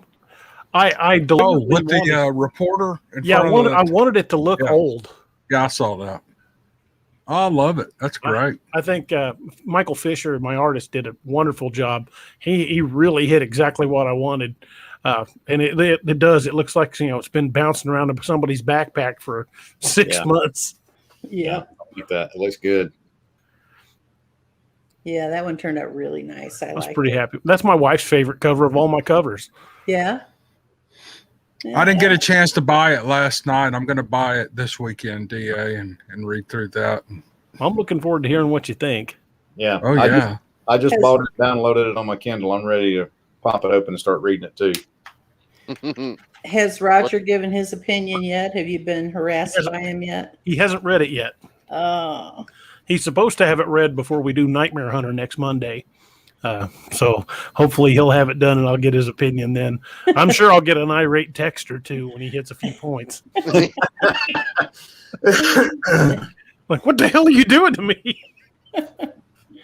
I had a couple of my eyes moment. Yeah, but Amazon review. The Nightmare Hunter is like a twisted mountain road with all the switchbacks and cut and twists and turns they put you through in this book. I try to keep you guessing. That you well, sir. That you did well. Yes. I really have to admit, once I actually sat down and read it, that I was. It's so funny. I edited this book. I knew how it ended, but when I really thought about how it ended, holy cow! Do you realize what you did? Yeah. I was particularly proud of. I don't want to give it away because it just came out, but Clark's line when he was talking about the amount of ordnance they used cracked me up. I get in a zone when I'm doing conversation, and like with the character Margolin, half the time I'll be typing text to doing dialogue, and even I'm astounded at what comes out of his mouth. I love Margolin. He cracks me up. I like seeing I had you correct with Margolin in it. That was pretty good. I just suggested something, then you way you corrected it was cool. It's Margolin in a nutshell. He's finally getting a code name. It's going to happen in the next book. So he's finally getting a code name other than just Huntsman 2-6. You're really good with him because it's subtle, but it's real evident. His sense of humor and his kind of goofiness and all. It's really good how you've developed him. He's a great comic relief, but it's in a real subtle way. I just love it. I think you should call him. Shut up. And everybody can relate to him, and I think everybody knows somebody who is a Margolin. Yeah. Yeah. A buddy of mine read it. A buddy of mine read the first Codename Wild Hunt book, and he got to a certain part, and he just called me. He's like, "Dude, I spit coffee out my nose when I read the line, 'For the love of God, tell me you didn't get this from a cartoon.'" He goes, I can see you doing that. I'm like, yeah, that's the idea I would have come up with. What's this? Please tell me you didn't get this from a cartoon. I love that. I think we lost Cam. Uh-oh. You got up, walk. We'll wait. Cam, everything okay? Everything okay? Oh, yeah, I had to turn this air conditioner off. I was about to freeze. I'm in a little box. I have a little storage building I turned into an office. It's an outbuilding, and I've got this little bitty air conditioner, and it will freeze you out.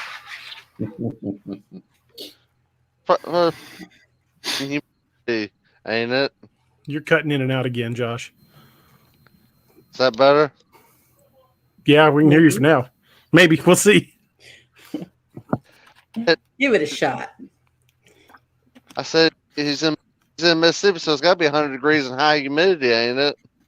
Yeah, it's about 96 here today.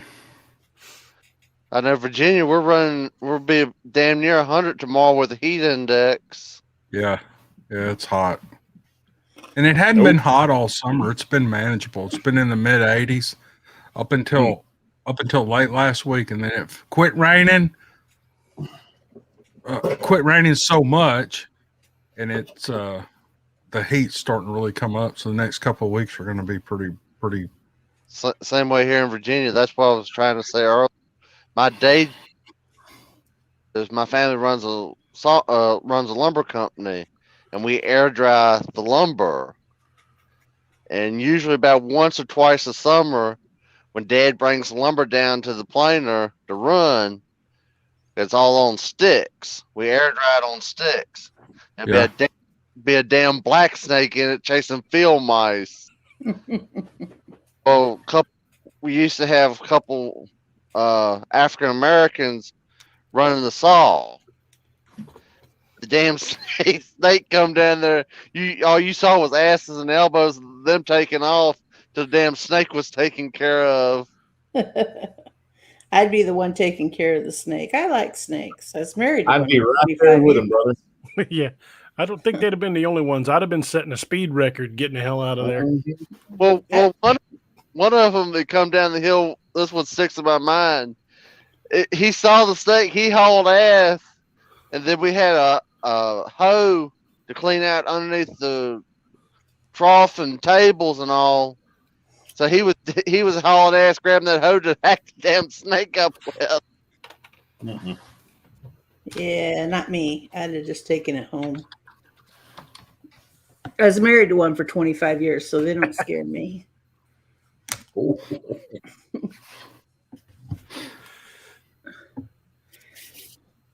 thank you, Carol. So anyway, Ugh. it says to my good friend Marge, and Marge says, or is it Mabel? Well, Cam, I know you have to get up early in the morning. I don't want to keep you any later than you want to stick around. So when you just let me know whenever you're ready to go for the night time, because this is the middle of my day for me. I'm a night owl, so I don't want to keep you up any later than your bedtime, sir. Well, I didn't think I could do more than an hour, but we're in an hour 36 now. So let's go for 2. All righty, we'll head for 2. That sounds awesome to me. I'm answering comments on the YouTube thing. I saw that. Appreciate that. I need to probably get on YouTube and see what's going on. Oh, you know what I haven't done? I have to put the like button on there. And I'll drink to me. That's a great opportunity to say, if you haven't had a chance to hit the like or subscribe button, please do so. Hit that little alarm bell so you get an alert every time we have a new video. And if you're following us on Facebook, belching there myself. If you're following us on Facebook or on Twitch, just go ahead and hit that the like and follow, and we certainly would appreciate it. And down across the bottom of the screen, you'll see the link to my Patreon, and I put that up there because we have a lot more content coming through the Patreon. For if you're interested, we'll be having short stories and other content that's not available to the general public. So if you're interested in some of the new short stories and some of the things that's going on in the DA verse, check out the Patreon and give us your opinion on it. Hopefully we'll have you guys as part of the community. And your Discord. Yeah, the Discord's connected to the Patreon, so check out the Discord server as well. There's a lot of stuff going on the Discord server. I've got so many projects going right now. It's kind of dizzying. I've got 3 books going, 2 short stories, plus my Steve Lilly project, which is kind of turned into a novella, and it's a good problem to have. When you're a writer and you have so much writing that you need to get done, that is a good problem to have. That's where I've always wanted to be. I wanted there to be enough demand for my stories to where I was having trouble keeping up with it. And you'll never hear me complain about it when like for example, there was a couple people within 45 minutes of the new book coming out just the other day. They already had it and were reading it. And then like 3 hours later, I was getting messages, when's the next one coming out? I'm like, I'm working on it. I'll get it to you as quick as I can. But I'm trying to keep a fast pace for books.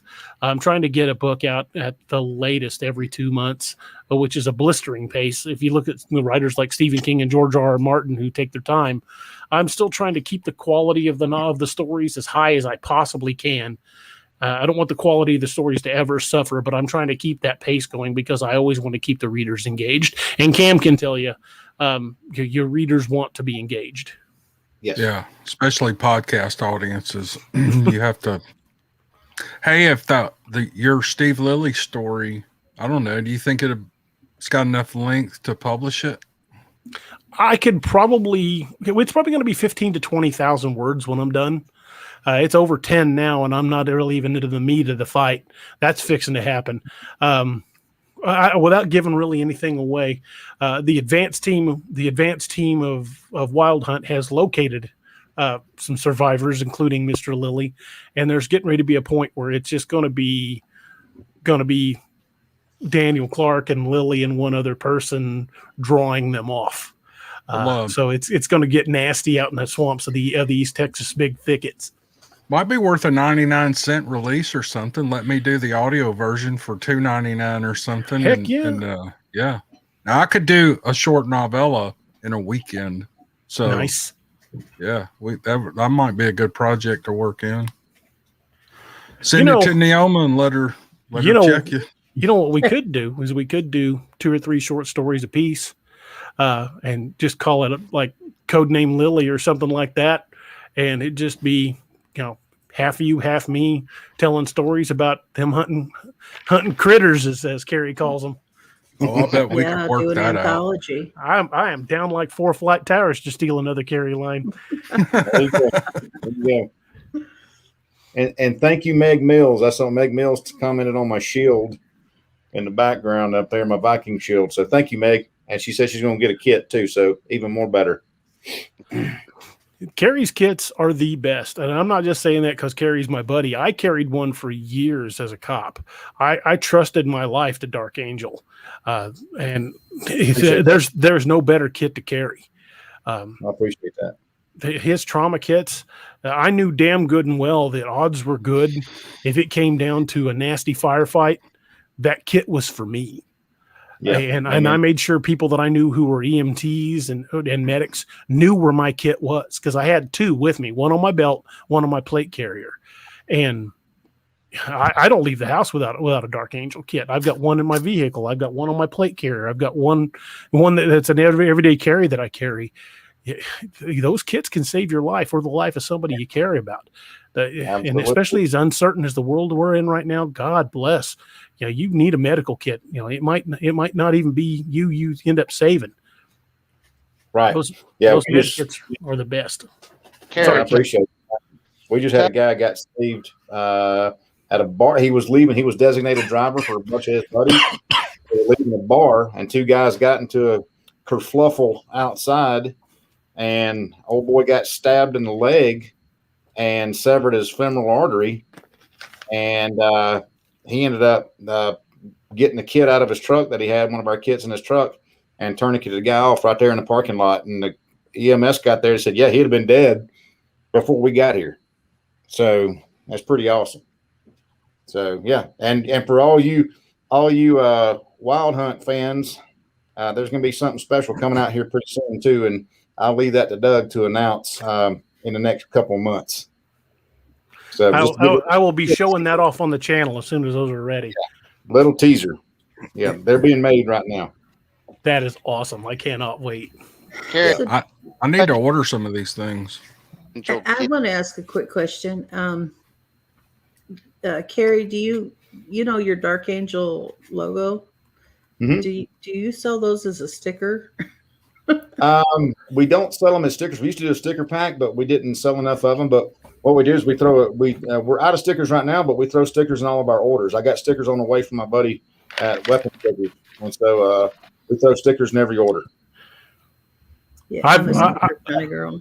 I've got some of his stickers, and I could probably send you one. I could also probably send you one of these as well. I might have a couple. Yeah. There you go. Yeah, I want that one definitely. Yeah. Yeah, Doug, me too. Yeah. I want that one too. Carrie has these great patches, these morale patches that you can put on the Velcro of your gear. I've had patches on my backpack and on my plate carrier. I've had patches for years, but Carrie's are the only ones that ever get stolen. I've heard that from other people too, man. I've heard that from other people too. Somebody just asked, what's my website? So I'm going to do a shameless plug. It's called www.darkangelmedical.com. So, yeah, Cam, if you need anything, man, let me know. Because like I said, Doug DA found out about my kits years ago during the Ragnarok Rising series, whenever Wiley was involved in some incidents, and I was like, "Hey, this cat needs some as much crap as he's getting into these zombies, man. He needs some med kits." And so I contacted DA on Facebook. That's been what 10 years ago. 10 years. Yes, ago. So it's been a minute, and that's how it got started, and that's how me and him started talking, and the bromance evolved. So That's how it happens. That's how it happens, man.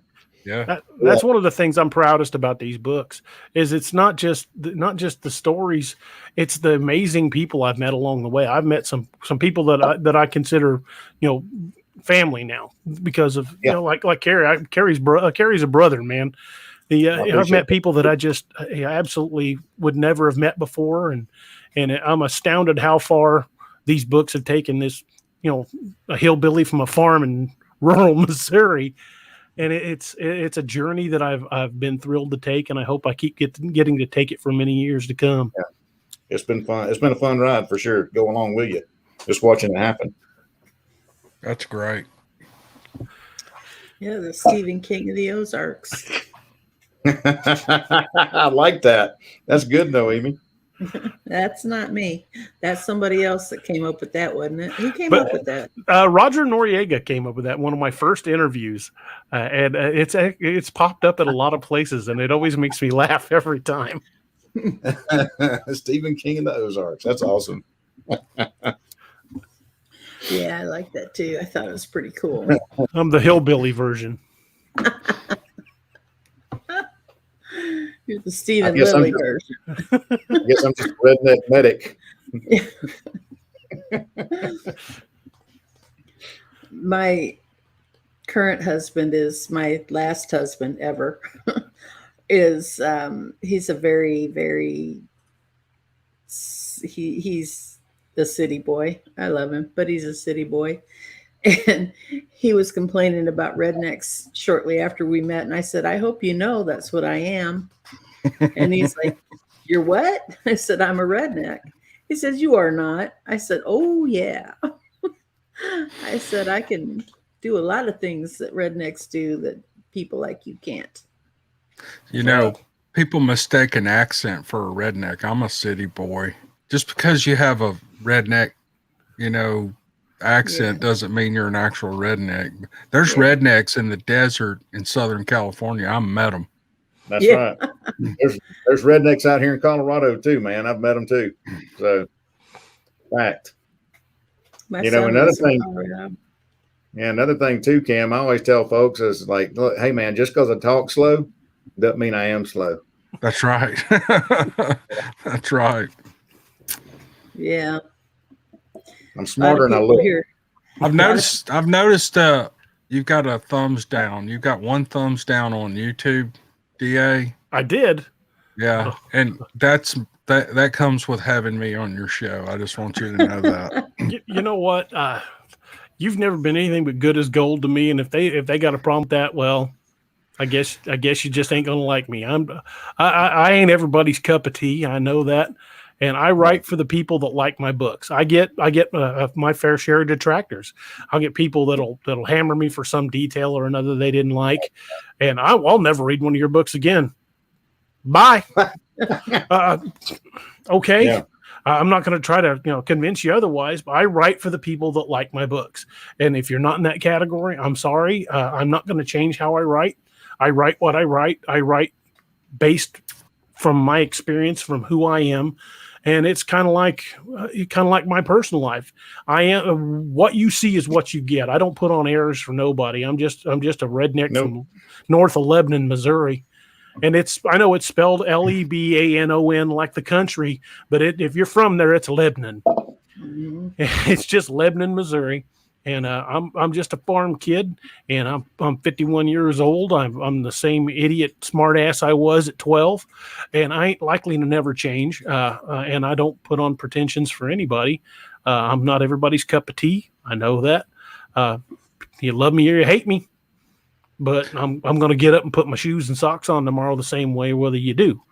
I just who I am, and I like the people I like, and I don't like the people that I don't like, and I like Cam, and I like Neoma, and I like Doc, and I like the Dalton. And if y'all have a problem with that, I'm sorry.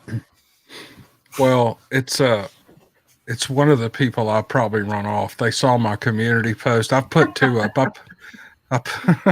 Cam, stop. You're great. By the way, my sister said to tell you she loved that last rant. She thought that was great. Oh, I loved it. Yeah. I mean, as soon as I listened to it, I sent Cam a text. I'm like, I'm 100% behind you, brother. Okay, listen to this. This is the kind of people who put a thumbs down.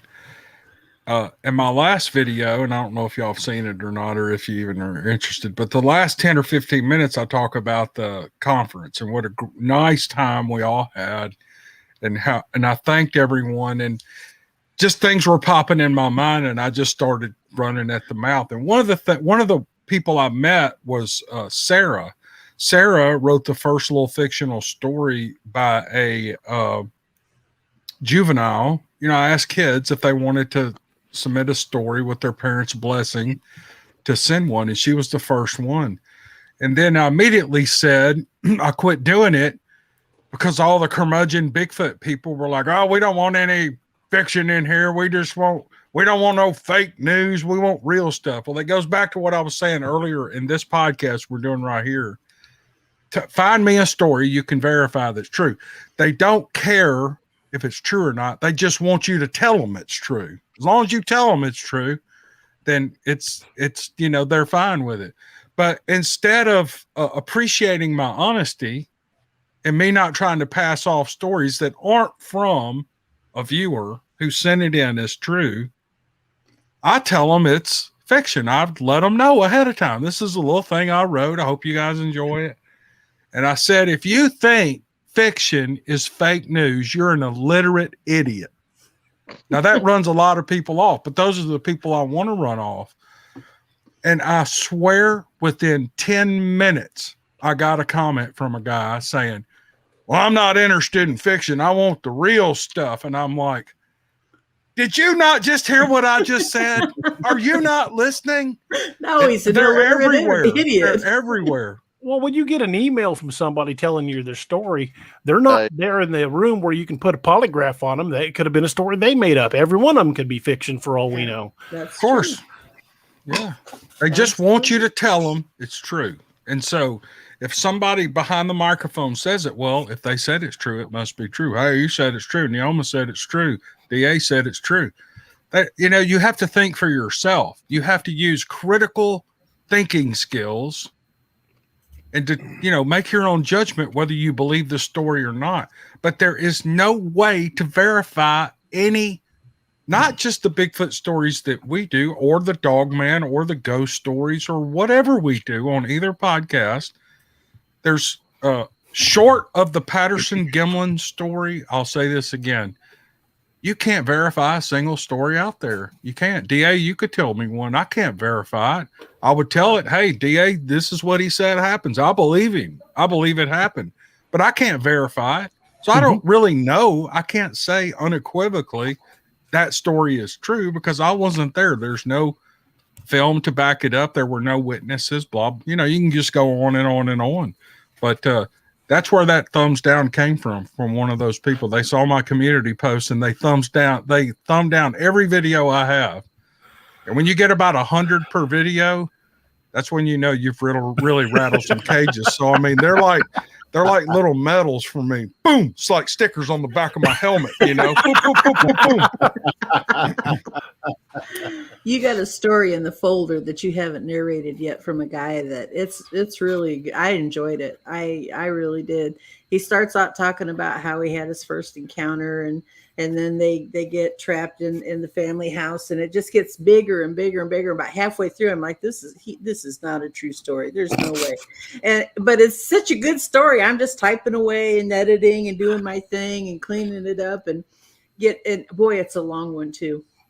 And I thought, oh boy, I hope Cam reads it. This is just something else, but this can't be a true story. I know this ain't true, but man, this guy's really telling it well. And he's laying it on thick. And then at the very end, and I can't tell you the very end because I'll ruin it for you, but he confesses that it's not a true story. And it's so great. It is really just a great thing. And I can't wait to see how your people react to that when you tell them that one. Because I'm sure that they're going to be... Blood will be shooting out of eyeballs and ear holes. I can guarantee you that. And I guarantee it too, but it'll be worth it. Well, let's don't have any fun. All the real serious Bigfoot people, let's just go crazy over that stuff, you know. But it's for the sake of the story. I mean, it's just like you said, it sucked you in and it took you along with it. Yeah. And then when there's a nice surprise at the end, that's a pleasant experience. I mean, it's just fun to do. So I'm with you on that. Yeah. Folks need to lighten up a little bit and just learn to enjoy the literary ride, man. You know, and it's like my grandma used to say, she said, baby, she said, you know, you can't please everybody. And there's some folks, if you dig for a booger long enough, you're going to find one. Yeah. That's just the way it is. I mean, there's some folks that be walking down the street of gold, eating a free ice cream cone, pissing and moaning about something. Oh, and yeah. that's just so whatever. Well, there's some serious Bigfoot people, you know, out on social media and on these platforms like YouTube and Facebook. And I don't know. I said in a video the other day, I don't care if Bigfoot exists or not. It has no, I mean, okay. So they find a Bigfoot body and they get perfect evidence. How does that change your life? It doesn't change your life. Well, I had an experience, so now it's real. What? I thought you had an experience. It should have already been real, you know? So I mean, it's like it's going to validate me. You had the experience. You're already validated. How is it going to change your life? Right. If this story is real or not? I'm going to lose 50 pounds and I'm going to look 30 years younger and my hair grow back. Yeah, I'm going to quit being gray and all these lines on my face. That's what's going to happen when Bigfoot gets verified, right? Yeah, that's right. Yeah, but you know, all that said, it is such a mysterious and fascinating topic. I mean, all these cryptid stories are just so good.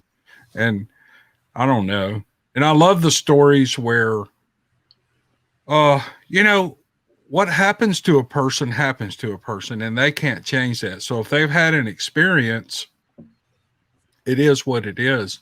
But what's interesting to me is when I start looking for, you know, in Bigfoot stories and recounting people's encounters and stuff, there's always a recurring theme. It's either the smell, the wood knocking, the footsteps, the stop start. You know, you could list 20 things out that are common. You know, if you compare and contrast stories, you'll always find common themes. But whenever there's something that pops up that's different, that's really interesting to me since I've done so many. So I look for those. And the fiction, you know, and the someone just asked in a comment, are we going to go back to doing the kids' stories? Yes, we are. And because, you know, whether the stories are good or not, it's a way for me to encourage, you know, if there's just any popularity in this at all, if you could use it for something good, that's what I would want to use it for. I'm not in this to help people with therapy through because I'm not qualified to do that. You know, I'm not a therapist. A lot of people say, oh, you're giving people a platform to, you know, get through their PTSD or whatever, you know. And sometimes I want to say, you know, there's people out there who've been blown up by landmines. They have PTSD. You know, they have gone through something, and I wouldn't even know how to talk to them. I wouldn't know how to talk to those guys. So I would never ever try to do that. But one thing you can do on the positive side to help is to, Neoma and I were having this discussion the other day. It's like, you know, kids who write and journal, they learn to journal, and that becomes interesting. That's where a lot of writers start. They start journaling their lives. But whether they ever get anything published or not, just the love of writing helps them all their life to write business letters, to fill out resumes, to just write a quick handwritten note to someone that's legible. And, you know, the punctuation and the grammar is pretty close. And, you know, you just look smart when you can write. You are smart when you can write. And so encouraging kids to do that is a thrill for me. It was also meant the world to those kids. Mhm. Yes. Yeah, absolutely. Yeah. And think about this too. They're the next generation of writers out there. You know? Right. And for us to squash, for people to squash that is telling them, don't be creative. Don't have that dream. Don't have that desire to do that, because if they've got it, encourage it, you know, and so we can further that. And like I said, they're going to carry that on, and that's the next generation, and other people are going to follow suit. Yeah, Absolutely. that's exactly right, Kerry. You're dead on. And sometimes reading and writing, doesn't matter which one leads to the other. So if you start writing a story, what you tend to, I know what I tend to do, I tend to read books to learn how to write, how to tell a story, and because I want to tell a good story. It's the other way around. If you read a lot, you know, a lot of people probably listen to some of the stuff I do and they go, hell, I could write that. Well, write it. Do it, man. Go for it, you know. So after it. I had one negative comment. Give me a 1-star review that the guy said that the stories were unbelievable. Well, they're monster stories. Okay. Okay. You know, I write fiction, so okay. But then he said that his little toe had more writing talent than me, and I can pull the review up, and because it cracked me up. My answer to that was, then let your little toe write some books, because I don't see any out there with your name on them. That's right. That's right. Yeah. Some people just want to bitch. Yeah. The people, visionaries are not afraid to go out there and create, and the critics are the ones who are quick to criticize, but they're scared to create because they're not, and they lack that creativity. So it's easy for them to bash other folks that are out that are putting their self out on the line, and to do that. And in the immutable words of Sergeant Holka, lighten up, Francis. Yeah. It's and you know, with these young kids, even like Sarah, for instance, you know, Sarah may or may not realize that she could publish a book now. You know, Amazon and Kindle Direct have given you know, you used to have to submit manuscripts to publishers, and 1 in 10,000 got chosen to be published. Well, now you can publish your own book just right out of the gate. Now Neoma's big on ISBN numbers and those kind of things. And that's a smart way to do it if you want to, you know, register your book and have copyright, you know, but you can actually publish, you know, some little novella. Think up a story that's interesting to you, write it, have your mother or father do a little edit on it to where it, you know, it doesn't have to be perfect, but get the grammar right, get the punctuation right, and let your folks do a little research on how to publish a book. And a 14-year-old little girl can publish a book on Amazon and order the paperbacks and put them out there for sale. And they can call me or send me an email, and they can say, hey, I published a book. Can you talk about it in your podcast? And I will do it. I will do it. That's awesome. That's awesome. Yeah, I think that's like the greatest thing you could do. I really do. I grew up being told I was a liar because I wrote stories, you know, fiction. If you write stories, you must be a liar. And it really bothered me, but I never quit writing because I can't. Yeah. R.A. Salvatore, the fantasy author, said, if you can quit, quit. If you can't quit, you're a writer. Yeah. Yeah. Yeah. Or if Like you that. can't have time to write, but you think about it all the time, maybe you're a writer. So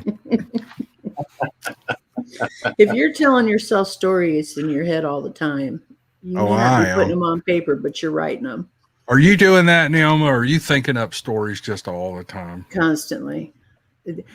Or I'll have a dream. I can't tell you how many of my stories started with a dream. And the dream wasn't nearly as good as the story, but by the time I got up and sat down and started thinking about it, it was a really good story. Yeah. And I thought, dang, Yeah. I'm a good dreamer. Folks, I've got to say this has been just absolutely fantastic. We've had the most people watching live I've ever had on a show, and I don't know, for some reason the likes on the YouTube channel aren't transferring over, because we've got 9 showing on through Facebook, but 58 on the YouTube channel, and that's just astounding. People are really tuning in, and that's I'm shocked, amazed, and humbled. Thank you folks so much. This is to me, this is just awesome, because I get a chance to just sit and talk with people that I enjoy talking to. It's not like doing a show, it's like just having coffee with old friends. And Yeah. I love this. I love doing this, and it's one of the things I love about writing stories. I've said it, and it's kind of a tagline with the books, but I mean it. It's not just something I made up. I say all the time that stories are journeys that we take together, and I am humbled and thrilled to death you all take that journey with me, and it's just an amazing feeling. Yep. It's fun. I agree 100%. I've been in the structural steel business since I was 16 years old. I worked through high school. I was driving trucks, working the shop, and I enjoy the business. I like it. I've gotten I think, proficient in it, but I have never in my life had so much fun until I started doing these podcasts, and then decided that, hey, I've got a little platform here to write, for people who are interested in these kind of topics, these action type of, otherworldly type topics. And so it's just been, people tell me a lot that they really enjoy the stuff that we do. And but man, people have given me so much encouragement and allowed me to have fun like you cannot imagine. And I look forward to doing this every day. So it's and thanks for inviting me on. I've had a great time. I didn't think I could make it an hour. We made it 2 hours and 6 minutes. So you are welcome anytime. I mean, tomorrow, as far as I'm concerned, you guys are family. So yeah, you are welcome anytime I've got a show on. I love that he said that, because ever since he said it to me, I've been on every single show. And I love it. I love having you on there. If I can't be on the camera, then I'm writing something sassy.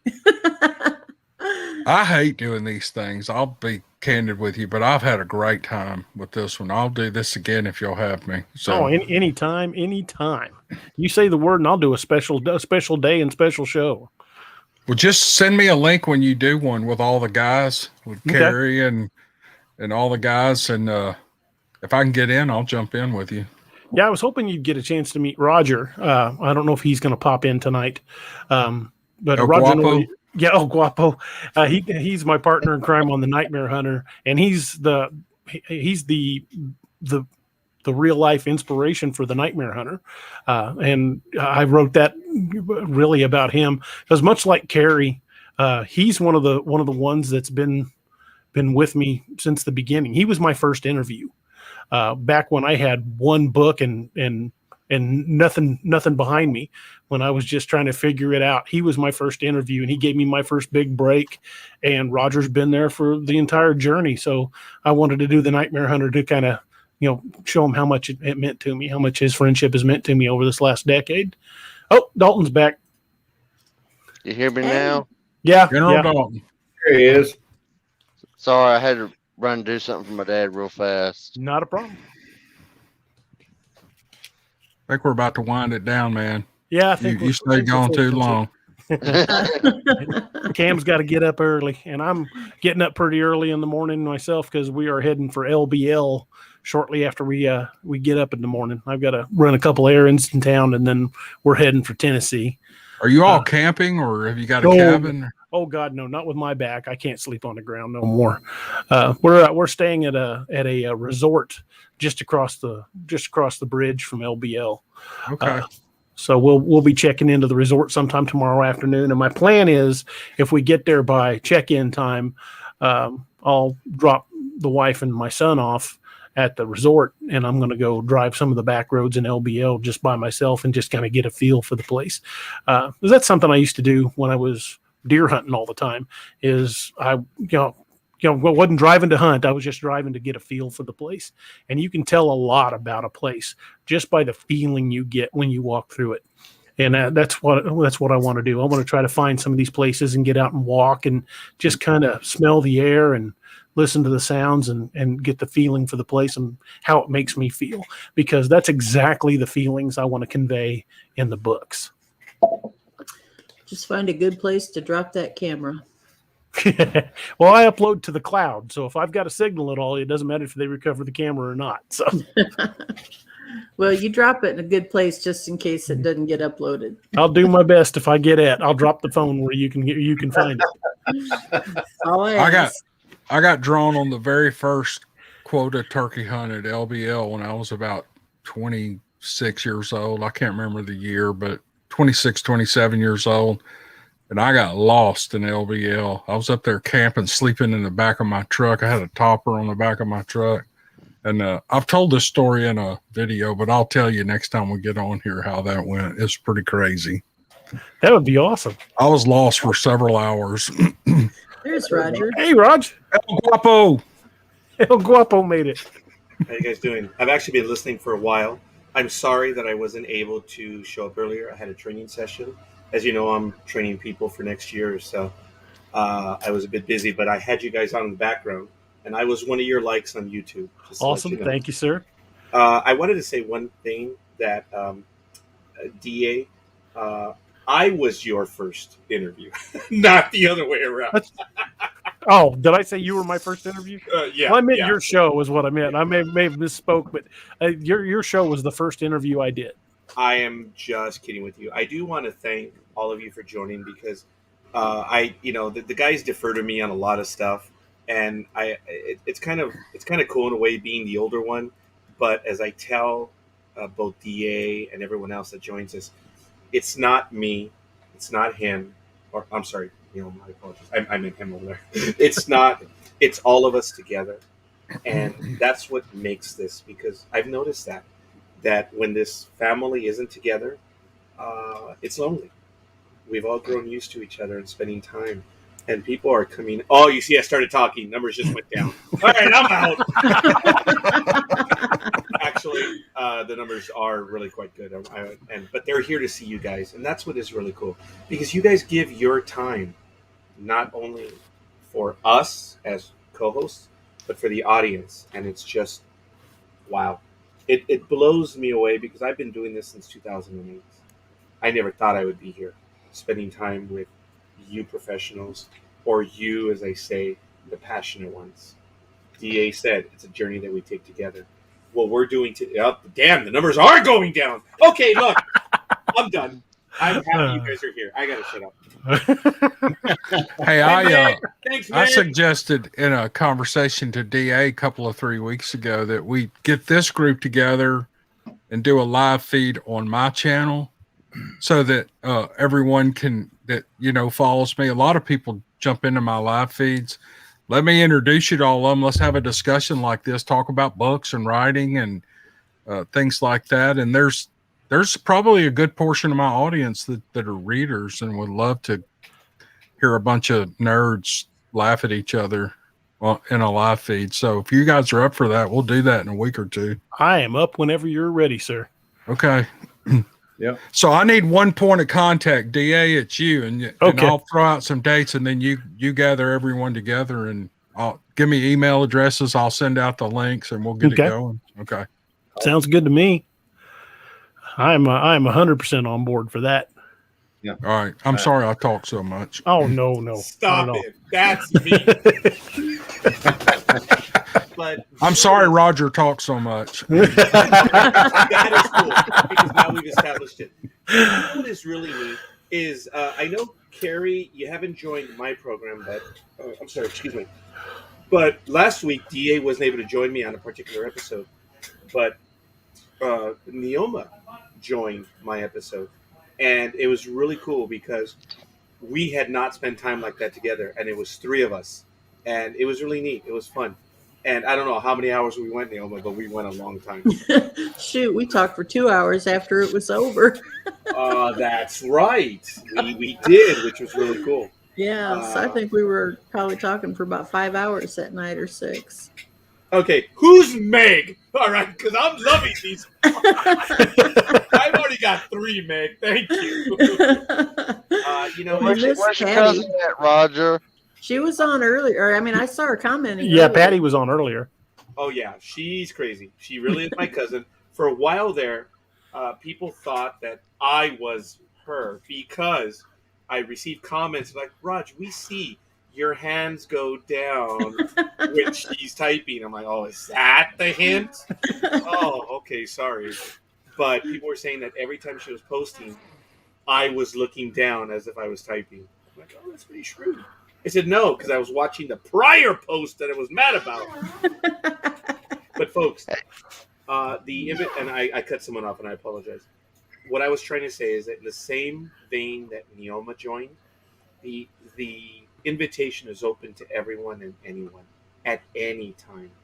I know, Cameron, you and I have just met. Mr. Davis, I know you've been in the chat room numerous times. I appreciate your commentary. But you and I have not been on air at the same time. This is the first time. No. Yeah, I'd love to get on the show with you. That'd be fun. Look, you guys see the schedule. And if not, ndbmedia.net. Anyway, you can check. Come on. Had to get that one in. But the calendar's there. We have a lot of stuff. As you know, we do Blog Talk Radio as well. So we have the radio and the video. So we have a lot of stuff going on, which is really exciting. And sounds fun. Oh my gosh, guys. It's terribly fun. Just being able to have conversations. I'm sorry, General. Go ahead. More general. Well, this was a question I've been trying to get in edgewise for a minute. I get it. I'll shut up now. Well, this is going back a few minutes. But, Carrie, were you able to warranty that guy's kit that saved that guy's life with your warranty on your kits? Absolutely, sir. Absolutely. Yeah, that's our thing. Kit for life, man. You buy one of our kits, you use it to save a life. We'll replace whatever you use free of charge, and then repack your kit and send it back to you. That's what we do. We're up to 129, and I'm very, very blessed to say that. That's pretty not a bad thing for a redneck from Route 2 Seminary, Mississippi. Sure enough. Hey, man, that's good. And like my daddy used to say, if I don't light your fire, your wood's wet. Carrie, I wasn't drinking. Your sayings kill me every time. You've got some awesome ones. You got to come to one of my classes, man. There's plenty more where that come from. We got to get one set up in this area. I'm working on it. Yeah, that would be a lot of fun, man. That'd be a lot of fun. I had you on Facebook, Carrie, to follow you. Awesome, man. Right? I appreciate it. Yeah. Is that all right if I send you? I might have already sent you a Facebook request. I don't know. You may have, man. I've got all kinds of requests, and I typically don't answer requests from folks I don't know, because there's some weirdos out there that have used my pictures and stuff for catfishing and things like that, and fake profiles and whatnot. So yeah, but send me one, brother. Send me one. Send me a message and send me a request. Be happy to. That'd be awesome. I appreciate it. I'll remember to do it after I get off. All right. I'm on my phone. Okay, Carrie, they're using your picture because you're so pretty. If you look for my profile picture, it's me dressed up. All right. Well, I guys tell DA all the time I got a face for radio, so I'm. Oh, cut it out, dude! dude. Cut it out. I'm the one with the face for the radio. When they meet me, aren't you that radio guy? I'm like, yeah, yes. Hey, Roger, are you? What are you, Mr. Clean's adopted brother? Yeah, from time to time. Yeah, it is. Hey, you guys like it? Oh, look at There it this. is. That's Yeah, the Nightmare Hunter West Coast. Yeah, that's almost identical to the hat It actually, that guy's wearing. it's close. The color. It's Yeah, the kind clothes. Yeah, it is. So I was doing shopping, but as I listed on my Facebook page, the point was I was alone shopping. No one got that. They were just like, that's shitty tasting clothes, Raj. But anyway, what I was going to say is, for the audience that you have that is watching, the numbers are stupendous. May I ask all the co-hosts where you guys are in America, and everyone watching? I know that Meg did say she's in New Jersey. I think it's just kind of cool to get an idea where everyone is from. If you guys would go ahead and post that right now in the chat room. And Neoma, I don't know why. I thought you were from Texas, but you educated me on that. I believe you said it was Tennessee, right? Right. Yeah. And Papa Doc, where are you? Pocket Doc. I'm out in Colorado, man. There was a guy on here commenting earlier. He was joining them from Australia, and there's a dude right there, Japan. That is there. It is. Look, this is so cool. Appreciate that, guys. Look, from Japan, That's right. Portland, Oregon. This is neat. Michigan, Pennsylvania. This is there it is. West Virginia. This is cool, guys. I appreciate it. It really gives us an idea, and it's really exciting. Look, Massachusetts. This is fun. Cameron, where are you from, young man? Oh, and by the way, Doc, I apologize. I referred to you as a hellish dictator. I had to correct. Papa Doc is not a good person. East Texas, Carroll. This is cool, guys. This is neat where they tell you where they're from. I apologize. Cameron, where are you from, young man? I live in North Mississippi. North Mississippi. That is cool. Almost to Tennessee. There you go. Crystal River, Florida. This is cool, guys. Look, North Dakota. This is neat. That's awesome. This is fun. So I apologize. A military family. Waldo. What do you want? You said it's neat seeing where everybody's at. So it's like, where's Waldo? Yeah, I'm right here. What do you want? Anyway, it's all good. It's cool, guys. Oh, hey, Noriega, Anaheim, California. Oh gosh, who is that guy? I don't know. Who is it? Meg says, soon Go North Aggies. Carolina. Is that a good thing? And Patricia says Arkansas. Bill Sloan says College Station, Texas. I was just down in College Station, Bryan, teaching a class a couple of months back. That's a nice area. Look at that, Fort Worth, Texas. Now, that Facebook user that put Fort Worth, Texas, due to the privacy of their settings, it doesn't identify who it is. It lists them as Facebook users. So, Fort Worth, Texas. I think the thing is screwed up tonight, Roger. It's done that to a few people. Because I started trying you're to gonna post. tell me that this screwed up guy isn't screwed up? Well, no, what I was trying to say is it started out, I joined at like 10:01 and it was screwing up with me. I jumped out and jumped back in and still screwed up. But then Robert got on and it went fine for him. So I don't know what to tell you. He's It's an probably just a Facebook ex-Marine, link. dude. The system fears ex-Marines. I don't. Well, I know Cam's got to get up early in the morning. I think we'll probably go ahead and start wrapping this up. Initially, we were only going to go for about an hour because Cam was going to be tired. I apologize, Cam. I know you're going to be tired tomorrow. I owe you some coffee, brother. Okay, I'll take it. Send some Death Wish. Yeah, I'll give you the Death Wish coffee. That don't wake you up. You ain't got a pulse. I think I got a hole in here somewhere. There's all kind of bugs all over my screen. They're coming in my office here. It's that blue light drawing them in. It's like a bug zapper. I need to get a rubber band and start smacking them. There you go. Well, I want to thank everybody for joining us tonight. We've had people joining us in the chat from all over the place, all over the world, really. And that's just an awesome feeling. And I want to thank Cam and Neoma for being here. Both, again, you can find them on the Dixie Cryptid podcast and What If It's True podcast. Both amazing channels. I love their stuff. And I look forward to the fact that they're going to be narrating some of my stuff, which I find is just absolutely fantastic. I'm thrilled to death to be working with them on that, and I hope I'll be working with them on projects in the future. And just so many wonderful things have gone to put this together. So many amazing people in the crowd tonight. And again, hit that like and subscribe button. Hit the follow or the like button. That's how you'll stay in touch and know when we're going to do these live videos again. And we're going to do this again pretty soon on Cam's channel. That's definitely going to happen. That's going to be fantastic. And I want to thank you all for coming tonight. And I appreciate you guys being here. And it's a humbling experience. And I hope it's something I get to do for many years to come.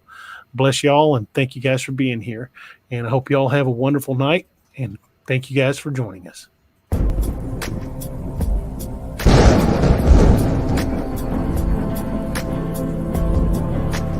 Thank you for joining us tonight on DAX Machina. Follow DA on social media and check out all his work at www.daroberts.net. Good night, and don't forget to lock your doors.